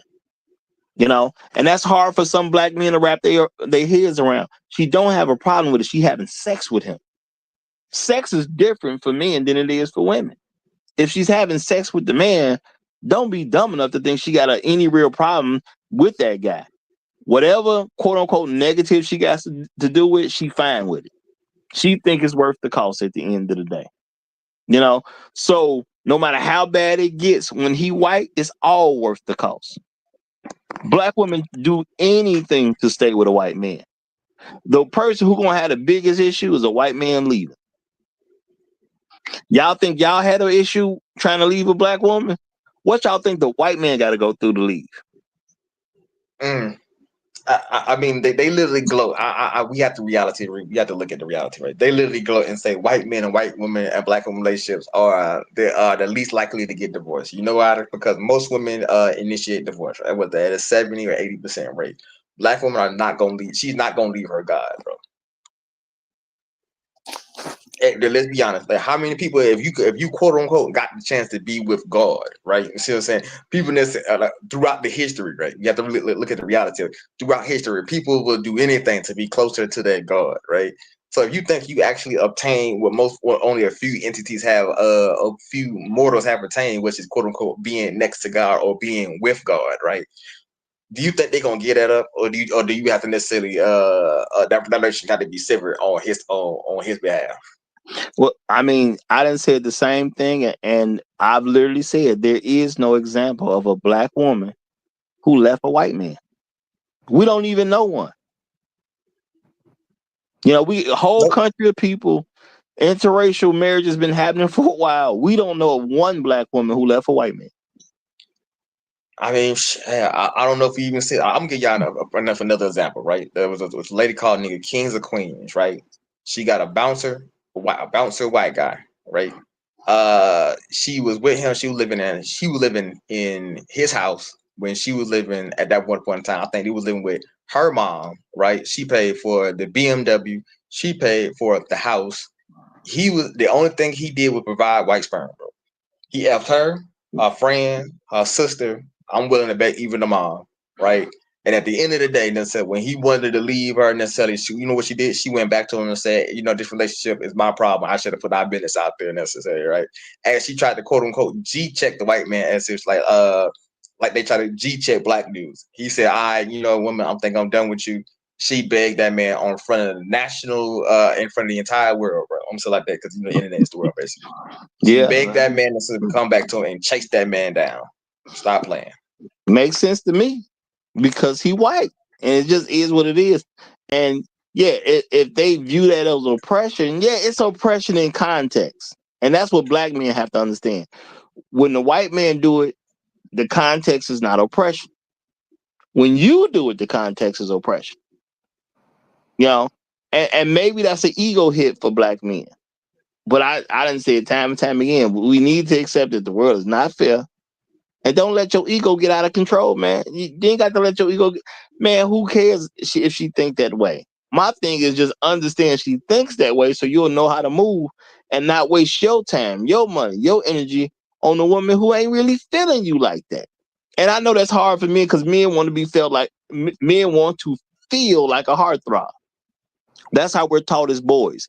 You're supposed to feel like a heartthrob. Oh, I can get this and I can get that and all. Yeah, we taught that. It don't make you manly at all, but we are taught it. So you got to just simply let all that nonsense go at the end of the day and be able to really start looking at what the actual problems are and what people's behavior is. Because the behavior is not necessarily a problem to a particular person. It may be a problem to you, but it ain't a problem to them. See, me, I done told y'all time and time again, I don't play the abuse thing. I don't care who you are. All right. I got an issue if a woman tries to abuse me. I got an issue if a man tries to abuse me. I don't care if you're a cop. If you try to abuse me, there's going to be an issue. I don't care who you are. Now, cops I got to deal with that a little bit differently and more carefully because they can come up with a good reason why they kill me. So I got to play that game different. But I don't let nobody just abuse me. I'm not on that. And when I hear people's stories and they come to me and they say stuff and they try to get me in to do stuff on their behalf, I don't want to hear about the problem you got with your man. You having sex with that guy. Whatever problem you claim you have, I believe you love it. That keep me out of mess. Now, I told y'all before, have I gone and dealt with a woman? Have I dealt with moving a woman because she said her boyfriend is abusive? I want to leave. Yeah, I help her move out. Why? Because she say relationship over. I'm moving out. I just need somebody to come and help me get my stuff. See, I can help you if you're leaving, but I don't want to hear about how bad he is if you ain't broke up. Because my first question is, did y'all break up?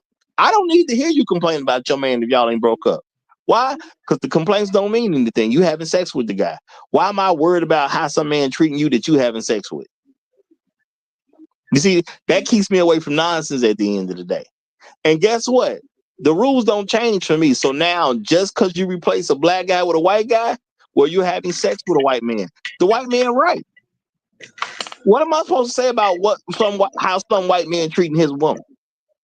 I ain't got no issue with some random white man treating his random black woman. I ain't got no issue with that. That's y'all business at the end of the day. You're not even part of my group. You know what I'm saying? As far as I can tell, your leader is a white man. You need to take your problems up with white folks. That's how I look at it.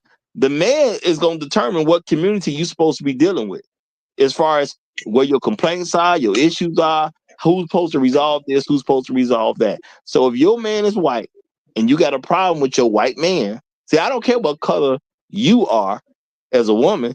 If you got a problem with your white man, I think you need to take that up with white people.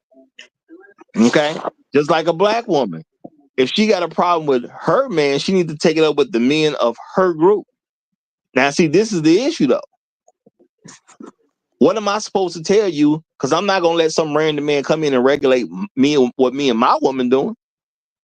So who you going to talk to? Who you going to talk to? If you having sex with him, whatever he doing is fine as far as I'm concerned. Because your behavior tell me it's fine.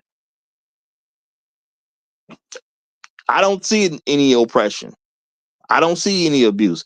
Because if it was, you wouldn't be having sex with him.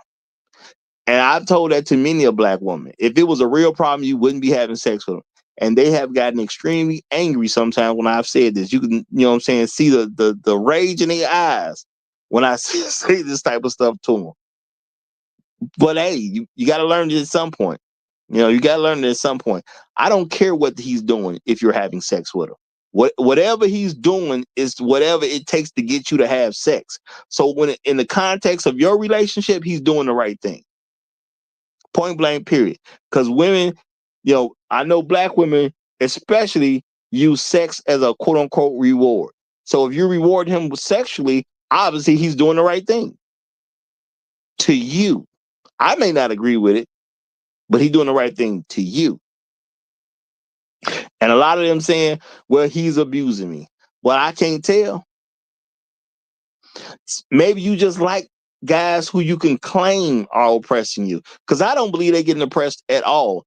This is just the wrong country for me to understand that women are being oppressed. And I've had this conversation with a lot of women, and I challenge women on this stuff.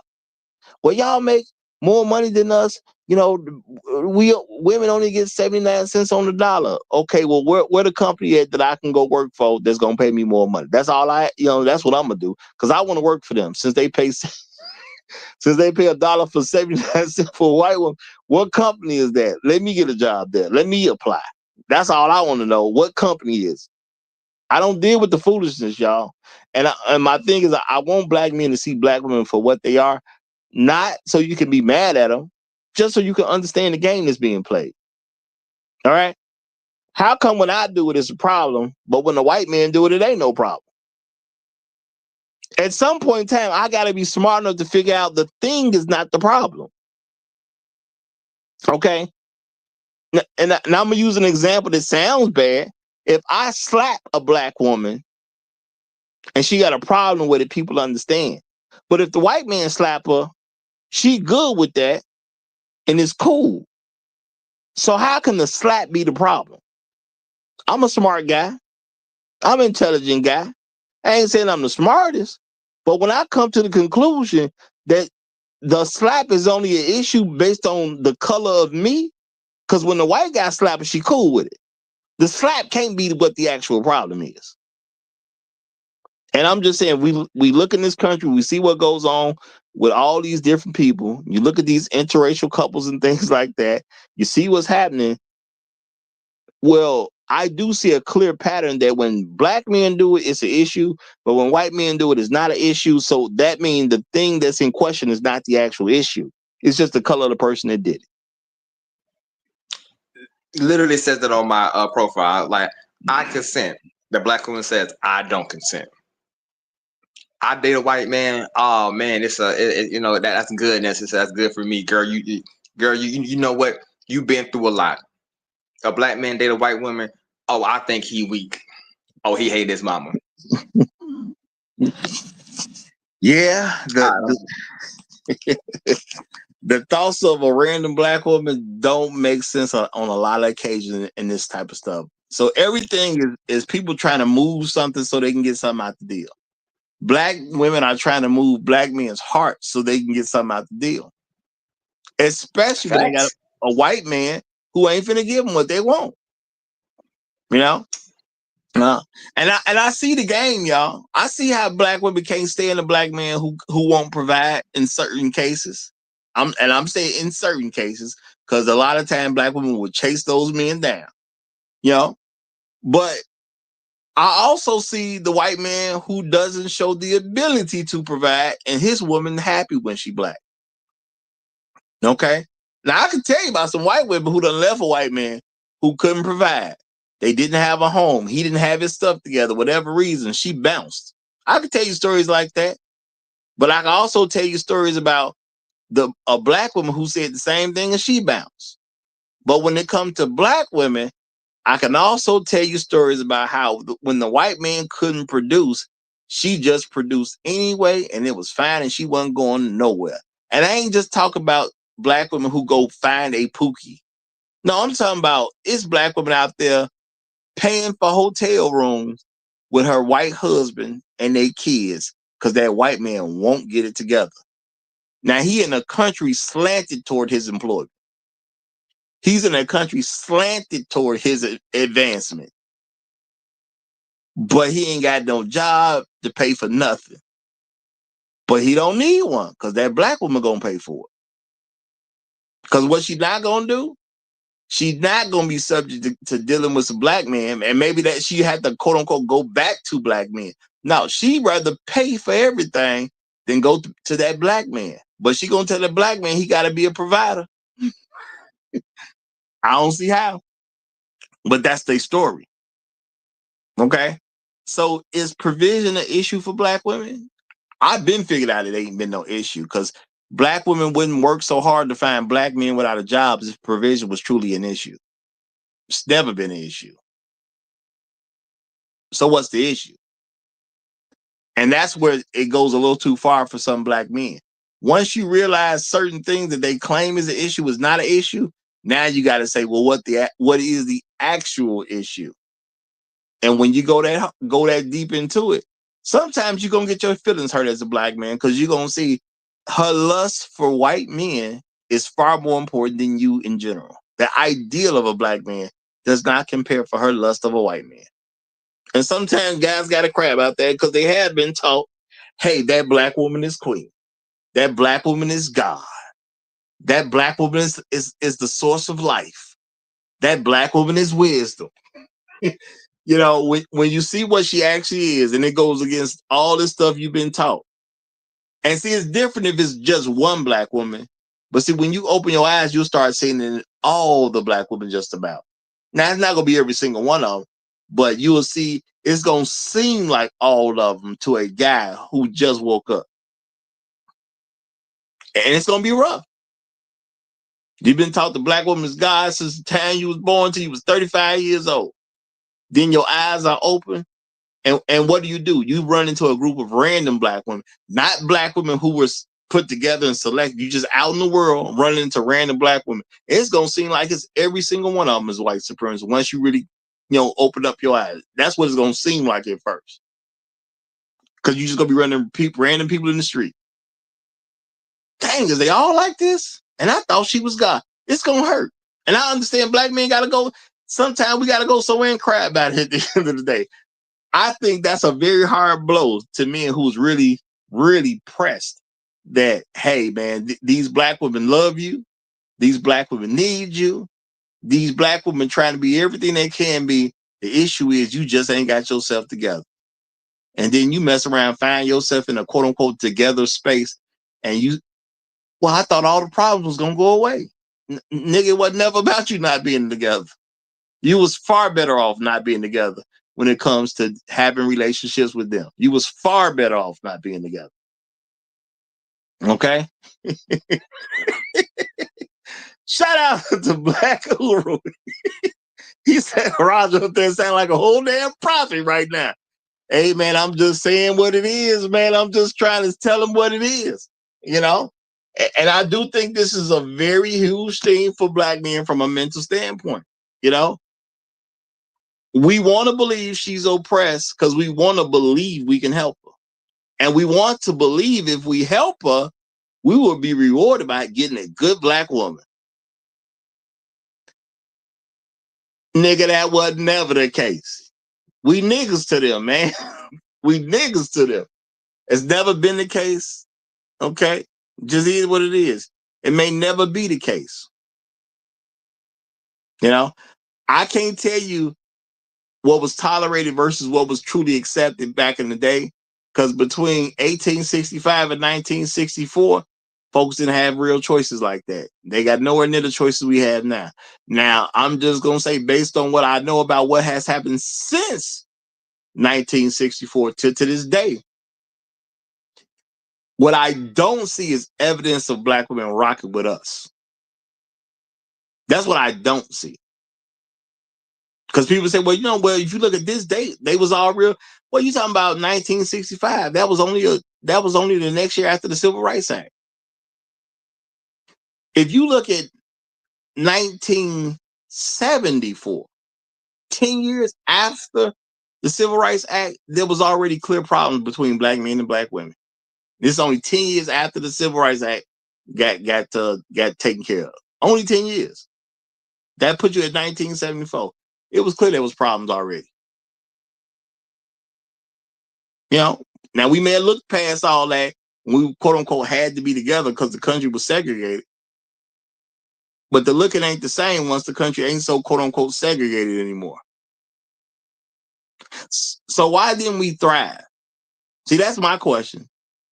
10 years after the Civil Rights Act, why didn't we just thrive as a people?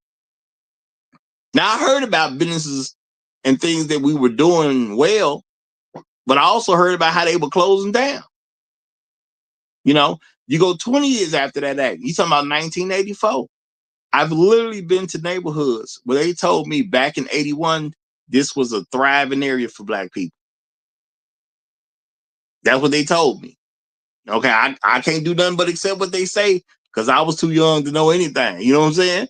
But hey, this stuff ain't here no more. How come that stuff ain't there no more, y'all? How come black mom and pops ventures went out of existence for a large part? Why did they go? They weren't burned down. I'm not talking about the stuff that got burned down, y'all. I'm talking about the stuff that was still, the business made it out of the 60s. Nobody torched it. The Klan didn't get a hold of it. Why them businesses don't exist anymore? Okay? Why they don't exist? See, when you a businessman, but you're not white, you just a nigga. And that's what I had to come to the conclusion of. Black women say all this stuff about we want black men to do better. We want y'all to own more businesses. I looked into that type of stuff. You know what I found out? The person who wants the black man to have a business the least seems to be his wife. Wives fight against black men, put money to open up their own business. They fight against this stuff. We can't afford it. We can't do this. We can't do that. It ain't gonna work. Y'all, let me just say something that ask any rich person, they will absolutely agree with me. It ain't never a good time to start a business. Okay? And I'm saying that from the context of what your situation is. Because they would also agree that every time is the right time to start a business. See, when you put aside your personal issues, what money you ain't got, what you can do, what you can't do, when you put all that stuff to the side, it's no, start a business today, because today is always the best time to start it. If you're not prepared and you're not as good of it, you'll get better as you go. But see, what you got to talk to that black woman about starting a business, especially when it's your wife, because that's when you got the most at stake. The discouragement gonna come most of the time because you ain't white, and it's just that simple. At the end of the day, it has nothing to do with how capable you are.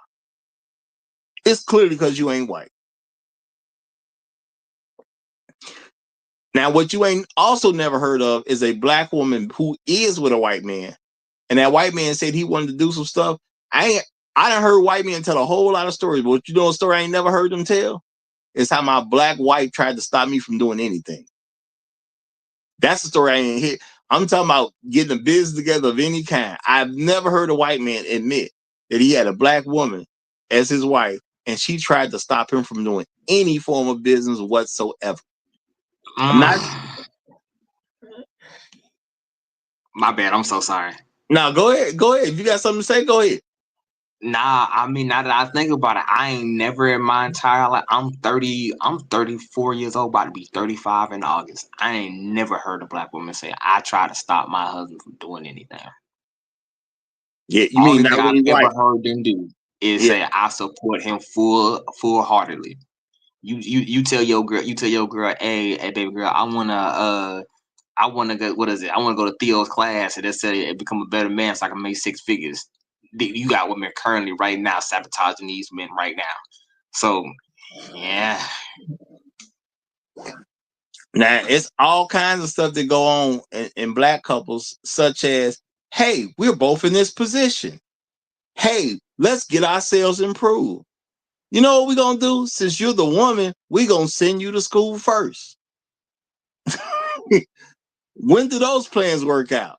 Now, I'm not saying they don't never work out but in a black couple, but a lot of times when that black man sending the black woman to school first, baby, just go to college, just work on your degree. I'm gonna do this job right here, and I'm gonna keep on going, and you get yourself established first.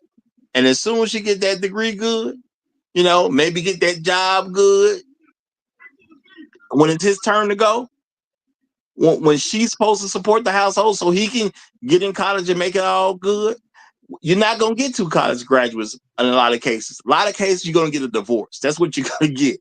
She's going to go to school, get that education up, degree is in place, she got the job in place, and now it's time for him to scale back from whatever he was doing so he can go to school. But instead of going to school, he's going to work because he's getting a divorce. Now, I get it. It wasn't a plan. But now that she got that degree and she got that job, she feels in a much better position. She's far more comfortable.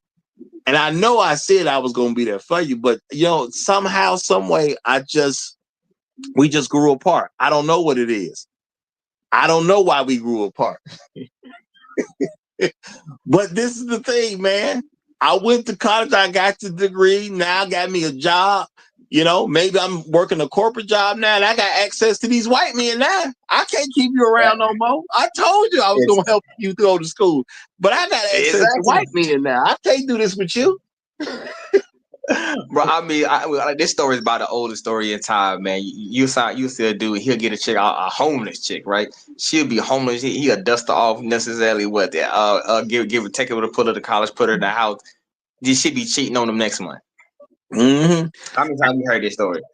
And shout out to Black Earl Strikes. He said, don't leave out the part where he has paid off any debt for her schooling. They make a point of his either paying off or assuming full responsibility of that debt before they leave. And shout out to him because that show how it go. And once she in that position she felt she needed to be in, ain't no degree for you, buddy. I know you wanted to go back to school. I know you was finna go in, you was gonna do something to make a bunch of money. Heck, I get it. You was finna go into biochemistry or something. Nah, bro, you ain't getting none of that. Cause you broke, cause you done paid off her debt. Okay. You was working extra shifts to make sure when she got out of school, y'all wasn't gonna be in no debt crunch. You worked them extra shifts. You know, you took them extra jobs. Okay. You did what you had to do to make sure wife was good. But guess what? Ain't no going back to school for you. I know that was your plan. But baby, we grew apart. I don't know what to tell you. Okay. Unfortunately, I kind of formed a relationship, a somewhat comfortable relationship. Maybe it was a guy I quote unquote study with all the time. Maybe she got that corporate job, you know. And you know what? Bill is so sweet to me. I'm sorry, I didn't mean to fall out of love with you. Bill was just so sweet, and he understands me. Okay, and see, maybe you don't get it because you're not college educated, so maybe you just don't get it. I want to be able to explain it to you, but I just don't know the words because you probably don't have the vocabulary to understand the words if I can give them to you. Because I'm college educated and you ain't. So me and Bill, we speak a different language. I wanted to be there for you, but we just grew apart. Well, when did all this growing apart start happening? The truth is, as soon as you paid them bills, that's what happened. Soon as that balance became zero, I just couldn't understand you no more. I just can't understand. You started speaking French. You know I speak English, so it's gonna work. As soon as I got that letter that said your debt is now fully paid. Well done. We just couldn't see eye to eye no more. Okay, we just couldn't see eye to eye no more. You know, but baby, I appreciate you working those extra shifts while I was in school.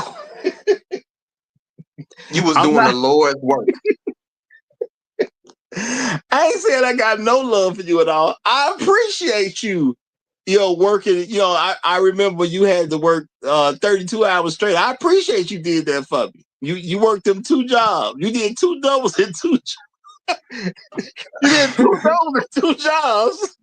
Usually, I mean, hell, you even stopped eating this for us to make sure we had enough food in the house. I mean, you was excellent. You was an excellent provider, bro. What I find, man, I find that Before you say it, J-Lo, I gotta say this. I gotta say this. Hey, it's not you, it's me.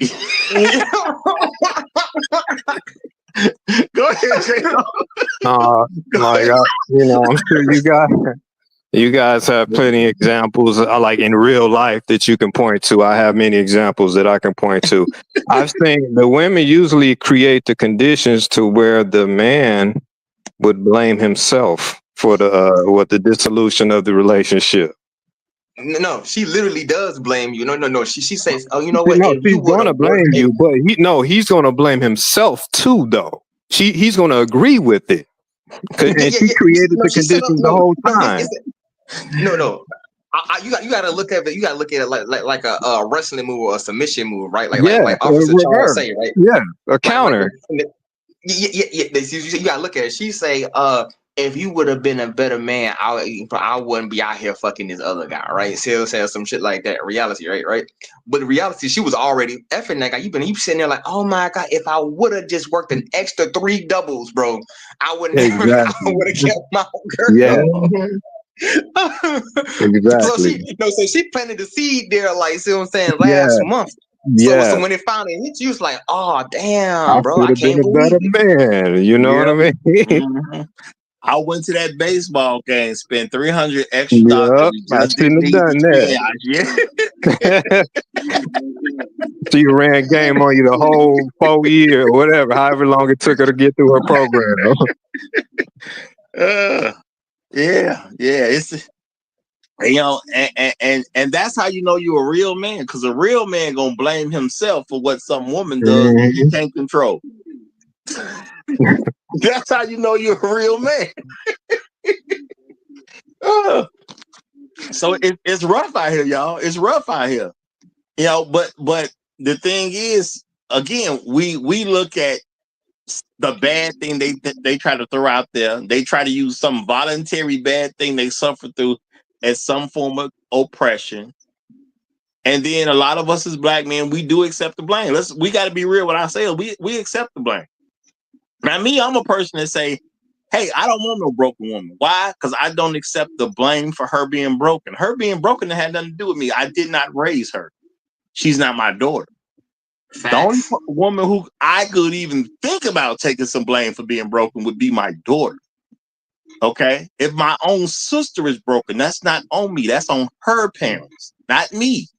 Okay? She my sister. She ain't my child. That's real talk.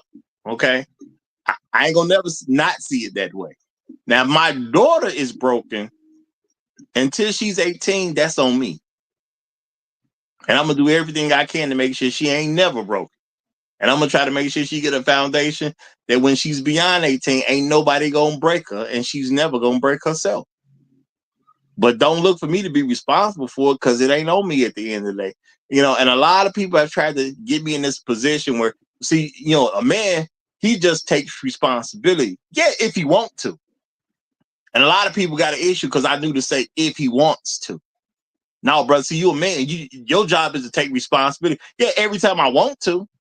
I only have to take responsibility for my mess. If I mess it up, I'll take responsibility for that. When you mess it up, I take responsibility if I want to. I don't owe anybody responsibility for anything I didn't do. Point blank, period. I just don't owe it to you. And ain't nobody will ever make me think I owe it to them. But they'll try to guilt trip you to make you feel like you owe it. I have nothing to do with the fact that most black women ain't marriage material. That is their fault. They control themselves. It's that simple at the end of the day. Who they listen to, that's on them. They make those choices. Same way, when I die, I believe in God. I have to answer for what I believe. What if I'm wrong? Well, that's the chance I got to take, y'all. What if I'm wrong? Maybe I worship a God named Jehovah, and when we die, it's some God named Ra that's really in charge. I'm wrong. Well, I got the better consequences of that. It is what it is.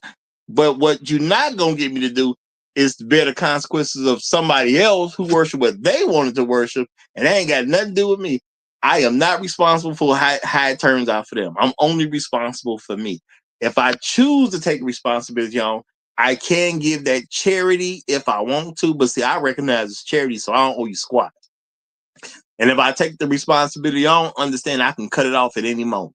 So you probably better watch how you treat me if I even decide to take it on. I'd be real careful about me if I was you. And that's real talk. You want to get something in, H. Rebel, since you just came back up? No, I'm just listening, and I'm standing by. I'm good, thank you.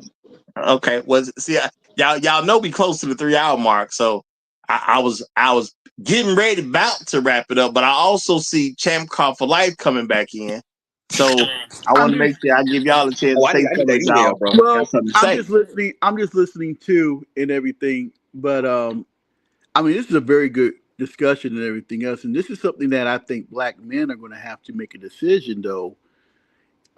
If it's not black women, we have to look at non-black women and everything else as an option.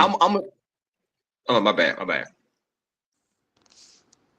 Well, I Now, mean, what what are I'm you finish gonna just up, gonna say? bro. say, What? I'm gonna simply say it like this, bro. At the end of the day, bro, the problem is that you only can like for me, I go to what is it? Kenya. I can go to Uganda on a routine basis, and I go to Kenya, right? I see more opportunity in Kenya, right? There's the Kenyan chick right out there that love my dirty draws. She do everything one there. Like the reality is, bro, you can go to the Caribbean and go get you a decent chick. I keep saying like, your problems ain't that really hard to fix. Your problem is simple. If you got $300, you go to the Caribbean, you can go get you a decent woman. If you want a little bit better looking woman, cool then, bro. Spend $500, go to the South American, get you a woman. That's $500, right? If you want the Right. best quality of wife woman, bro, that's gonna cost you about $1,000 and some change. but that's you going to Africa, right? It ain't that hard. The question is, what are you willing to pay the cost to be the boss? And the reality is most dudes are either too scared or too fearful, or they listen to women too much to actually pay the true cost to actually be the boss. That's So the in other words, you're have saying to, we should become a passport, bro. no, I have to put a flag on the play. Flag on the play. Maybe you Ugandan women are okay, but definitely not Kenyan. Nope. Nope, absolutely Kenyan not. women Kenyan women worship white men. They really do. Well, this is the thing. There are choices out there for everybody if you want to go through the trouble of getting with those women. But the thing is, as black men, we shouldn't have an idea that we owe any particular group of women anything. When it comes down to it, we owe our wives. Okay, Flag so on that play too. Sorry, I don't owe her shit. I'm taking care of her. She owe me. well, that context, yeah, but you know, if you do have a wife, yeah, you are supposed to take care. You've made some type of commitment to her, you know. So that's what I'm saying. So that's all I'm really saying. In that I feel context, you, but yeah. at the end of the day, when my kids are there, she's the only motherfucker I'm related on blood. That's all I'm gonna say. Well, I just want to express, because this is something I really do believe black men really got to get to the point that they actually start saying it to women. Because there's a lot of stuff going on. Some stuff I see small clips and stuff. Not even just clips. I listen to small bits and pieces of people's stuff. But I find a lot of content to be trash. Okay, I do, and I don't like to waste my time with a whole lot of trash. So I just leave it. Okay, it is what it is. I don't call no names, so I ain't talking down on nobody. And you know, people can say something about my content. Maybe they think my content is trash. Yeah, they crazy, but they got the right to say it if they want to say it. But I don't call no name because I don't even care enough about them to call a name. At the end of the day, I know a lot of black men. We just not yet in position to just say, hey, you know, you women just don't measure up to what I need, and you're not trying to measure up. So I ain't worried about you like that. And the only people that we really need to look out for is our wives. See, if black men start saying that on a regular basis throughout the board, a lot of stuff black women say would just go away. You're not supposed to. Who are you married to? If you say you're not protected, my question is, who would marry you and leave you unprotected? If you say you broke, who would marry you and leave you with no money? Okay. if you having a problem eating on a regular basis, and yes, I'm saying that because for you folks as with the government and the government is feeding you. Well, if you got a problem eating on a regular basis, my question is, where's your husband? Well, how come your husband don't make sure you got something to eat? That's a basic thing you need for life. Food and water. Like, your husband ain't even good enough to get you food and water. And see, the thing is, when you respond, well, I ain't got no husband, then I don't see what the issue is. It's that simple to me. If you select not to have a husband who will look out for you, you selected to do it for yourself. So the problem is you now. See, when black men start thinking more like that, we gonna get a lot better results. If you don't have a husband, I can't blame him. So who's to blame? Oh, it's you. I ain't got no place else to look. I can't blame a husband you don't have. So now I can only blame you. Right. That's simple to me. Now, Tunnel Runner then came up. So, Roger, can I say one thing before Tunnel Runner go? All right, go ahead. Go ahead. Okay, so basically, because when we're talking about the oppression of love language for black women and things like that, I just want, because no disrespect to our African sisters, but I just want to say Kenya is the Tijuana of Africa. That's all I want to say. Ain't nothing good there, but I ain't said all of them was good though. I said Uganda and Africa, so don't. I ain't gonna sit there and flex like they all good out there, bro. No. I know. I'm with you, brother. I'm with you. So just like $1 a day can feed the children, a hoe a day over there can save a hoe. So I'll pass the mic. I will say there is no official stance about women over here at the Roger Report Live. These are these brothers, their opinions based on their based on their own experiences. I have no official opinion about any of those women. Okay. But my main man Tunnel Runner that came up, so I got to let Tunnel Runner get in because I was getting ready to close it down, but I gotta let Tunnel Runner get in here real quick. So Tunnel Runner, what's happening, my brother? What's happening? Everything's good. Everything's good, brothers. I just came home and my wife had the food waiting for me. You know, I got some pasta, some baked fish. She already made me some homemade coconut banana bread, and I'm drinking some juice with I think she said some beets and some pineapples and some apples. So just wanted to talk a lot more, but I'm just so full that it's hard, you know. But Let's go, nevertheless, I Tunnel. love the Let's go. conversation and y'all doing, you know, keep up the good work. But I'm starting to agree with AL, bro. Like this next level bragging you doing, we gonna have me and you gonna be out here fighting in a minute, bro. Nah, man. See, y'all know how to handle this stuff. Me and Tunnel Runner finna get a lot closer. I'm gonna visit Tunnel Runner one of these days just to get a meal over there. You know what I'm saying? Just oh yeah, she want to make me a plate, boy. yeah, She out here just to cooking get like a this, plate. bro. You know what I'm saying? Me and Tunnel Runner, we cool, Tunnel Runner. I'm gonna get invited one time just to get a plate. That's how, just to get a plate. Once she serves me, she will serve you too. That's what she And does. you see that? Cool. That's all you need sometimes, y'all. That's all you need. But I'm gonna say shout out to Tunnel. Hey. I'ma always encourage Tunnel Runner to tell us how it is, y'all, because you got to keep the dream alive. You got to keep the hope alive. And if you don't deal with the person yourself, you got to be able to tell your son or your nephew or your little cousin that, hey, if you're willing to do a couple things, you can come up on something different. Okay, if you're willing to do a couple things, you can come up on something different. So I'm gonna keep on encouraging. I appreciate you, Tunnel Runner. To me, you are an integral part of the show. Okay, that was one of the best parts of it. All this great stuff that's been said. Hey, that was great. Okay, that's going right to the top for me. Real talk, y'all. Okay, real talk. So, yeah, I'm gonna hot sauce real quick. Go ahead. Oh, hot sauce real quick, bro. I messaged you in the chat real quick because I was trying to get in contact with you. Hold on. After the show, bro. I'm finna close down. We can do all that after the show, bro. Yeah, we can do all that after the show. So, y'all, it's been great. It's been Friday. I want to get on the move and make some stuff happen for myself real quick. So I appreciate y'all. I love y'all. Yo, if you ain't seen something, go see it. Okay. Somebody, I do this Monday through Friday for anybody that's new. Make sure you subscribe to the channel. All y'all, make sure y'all like the content whenever you happen to see it. If you need more Roger Report Live over the weekend, go watch a show you ain't seen or go rewatch something you did see. It's all going to work out great. Long live the habitual line steppers. I'm Roger. I'm right. And I'm out.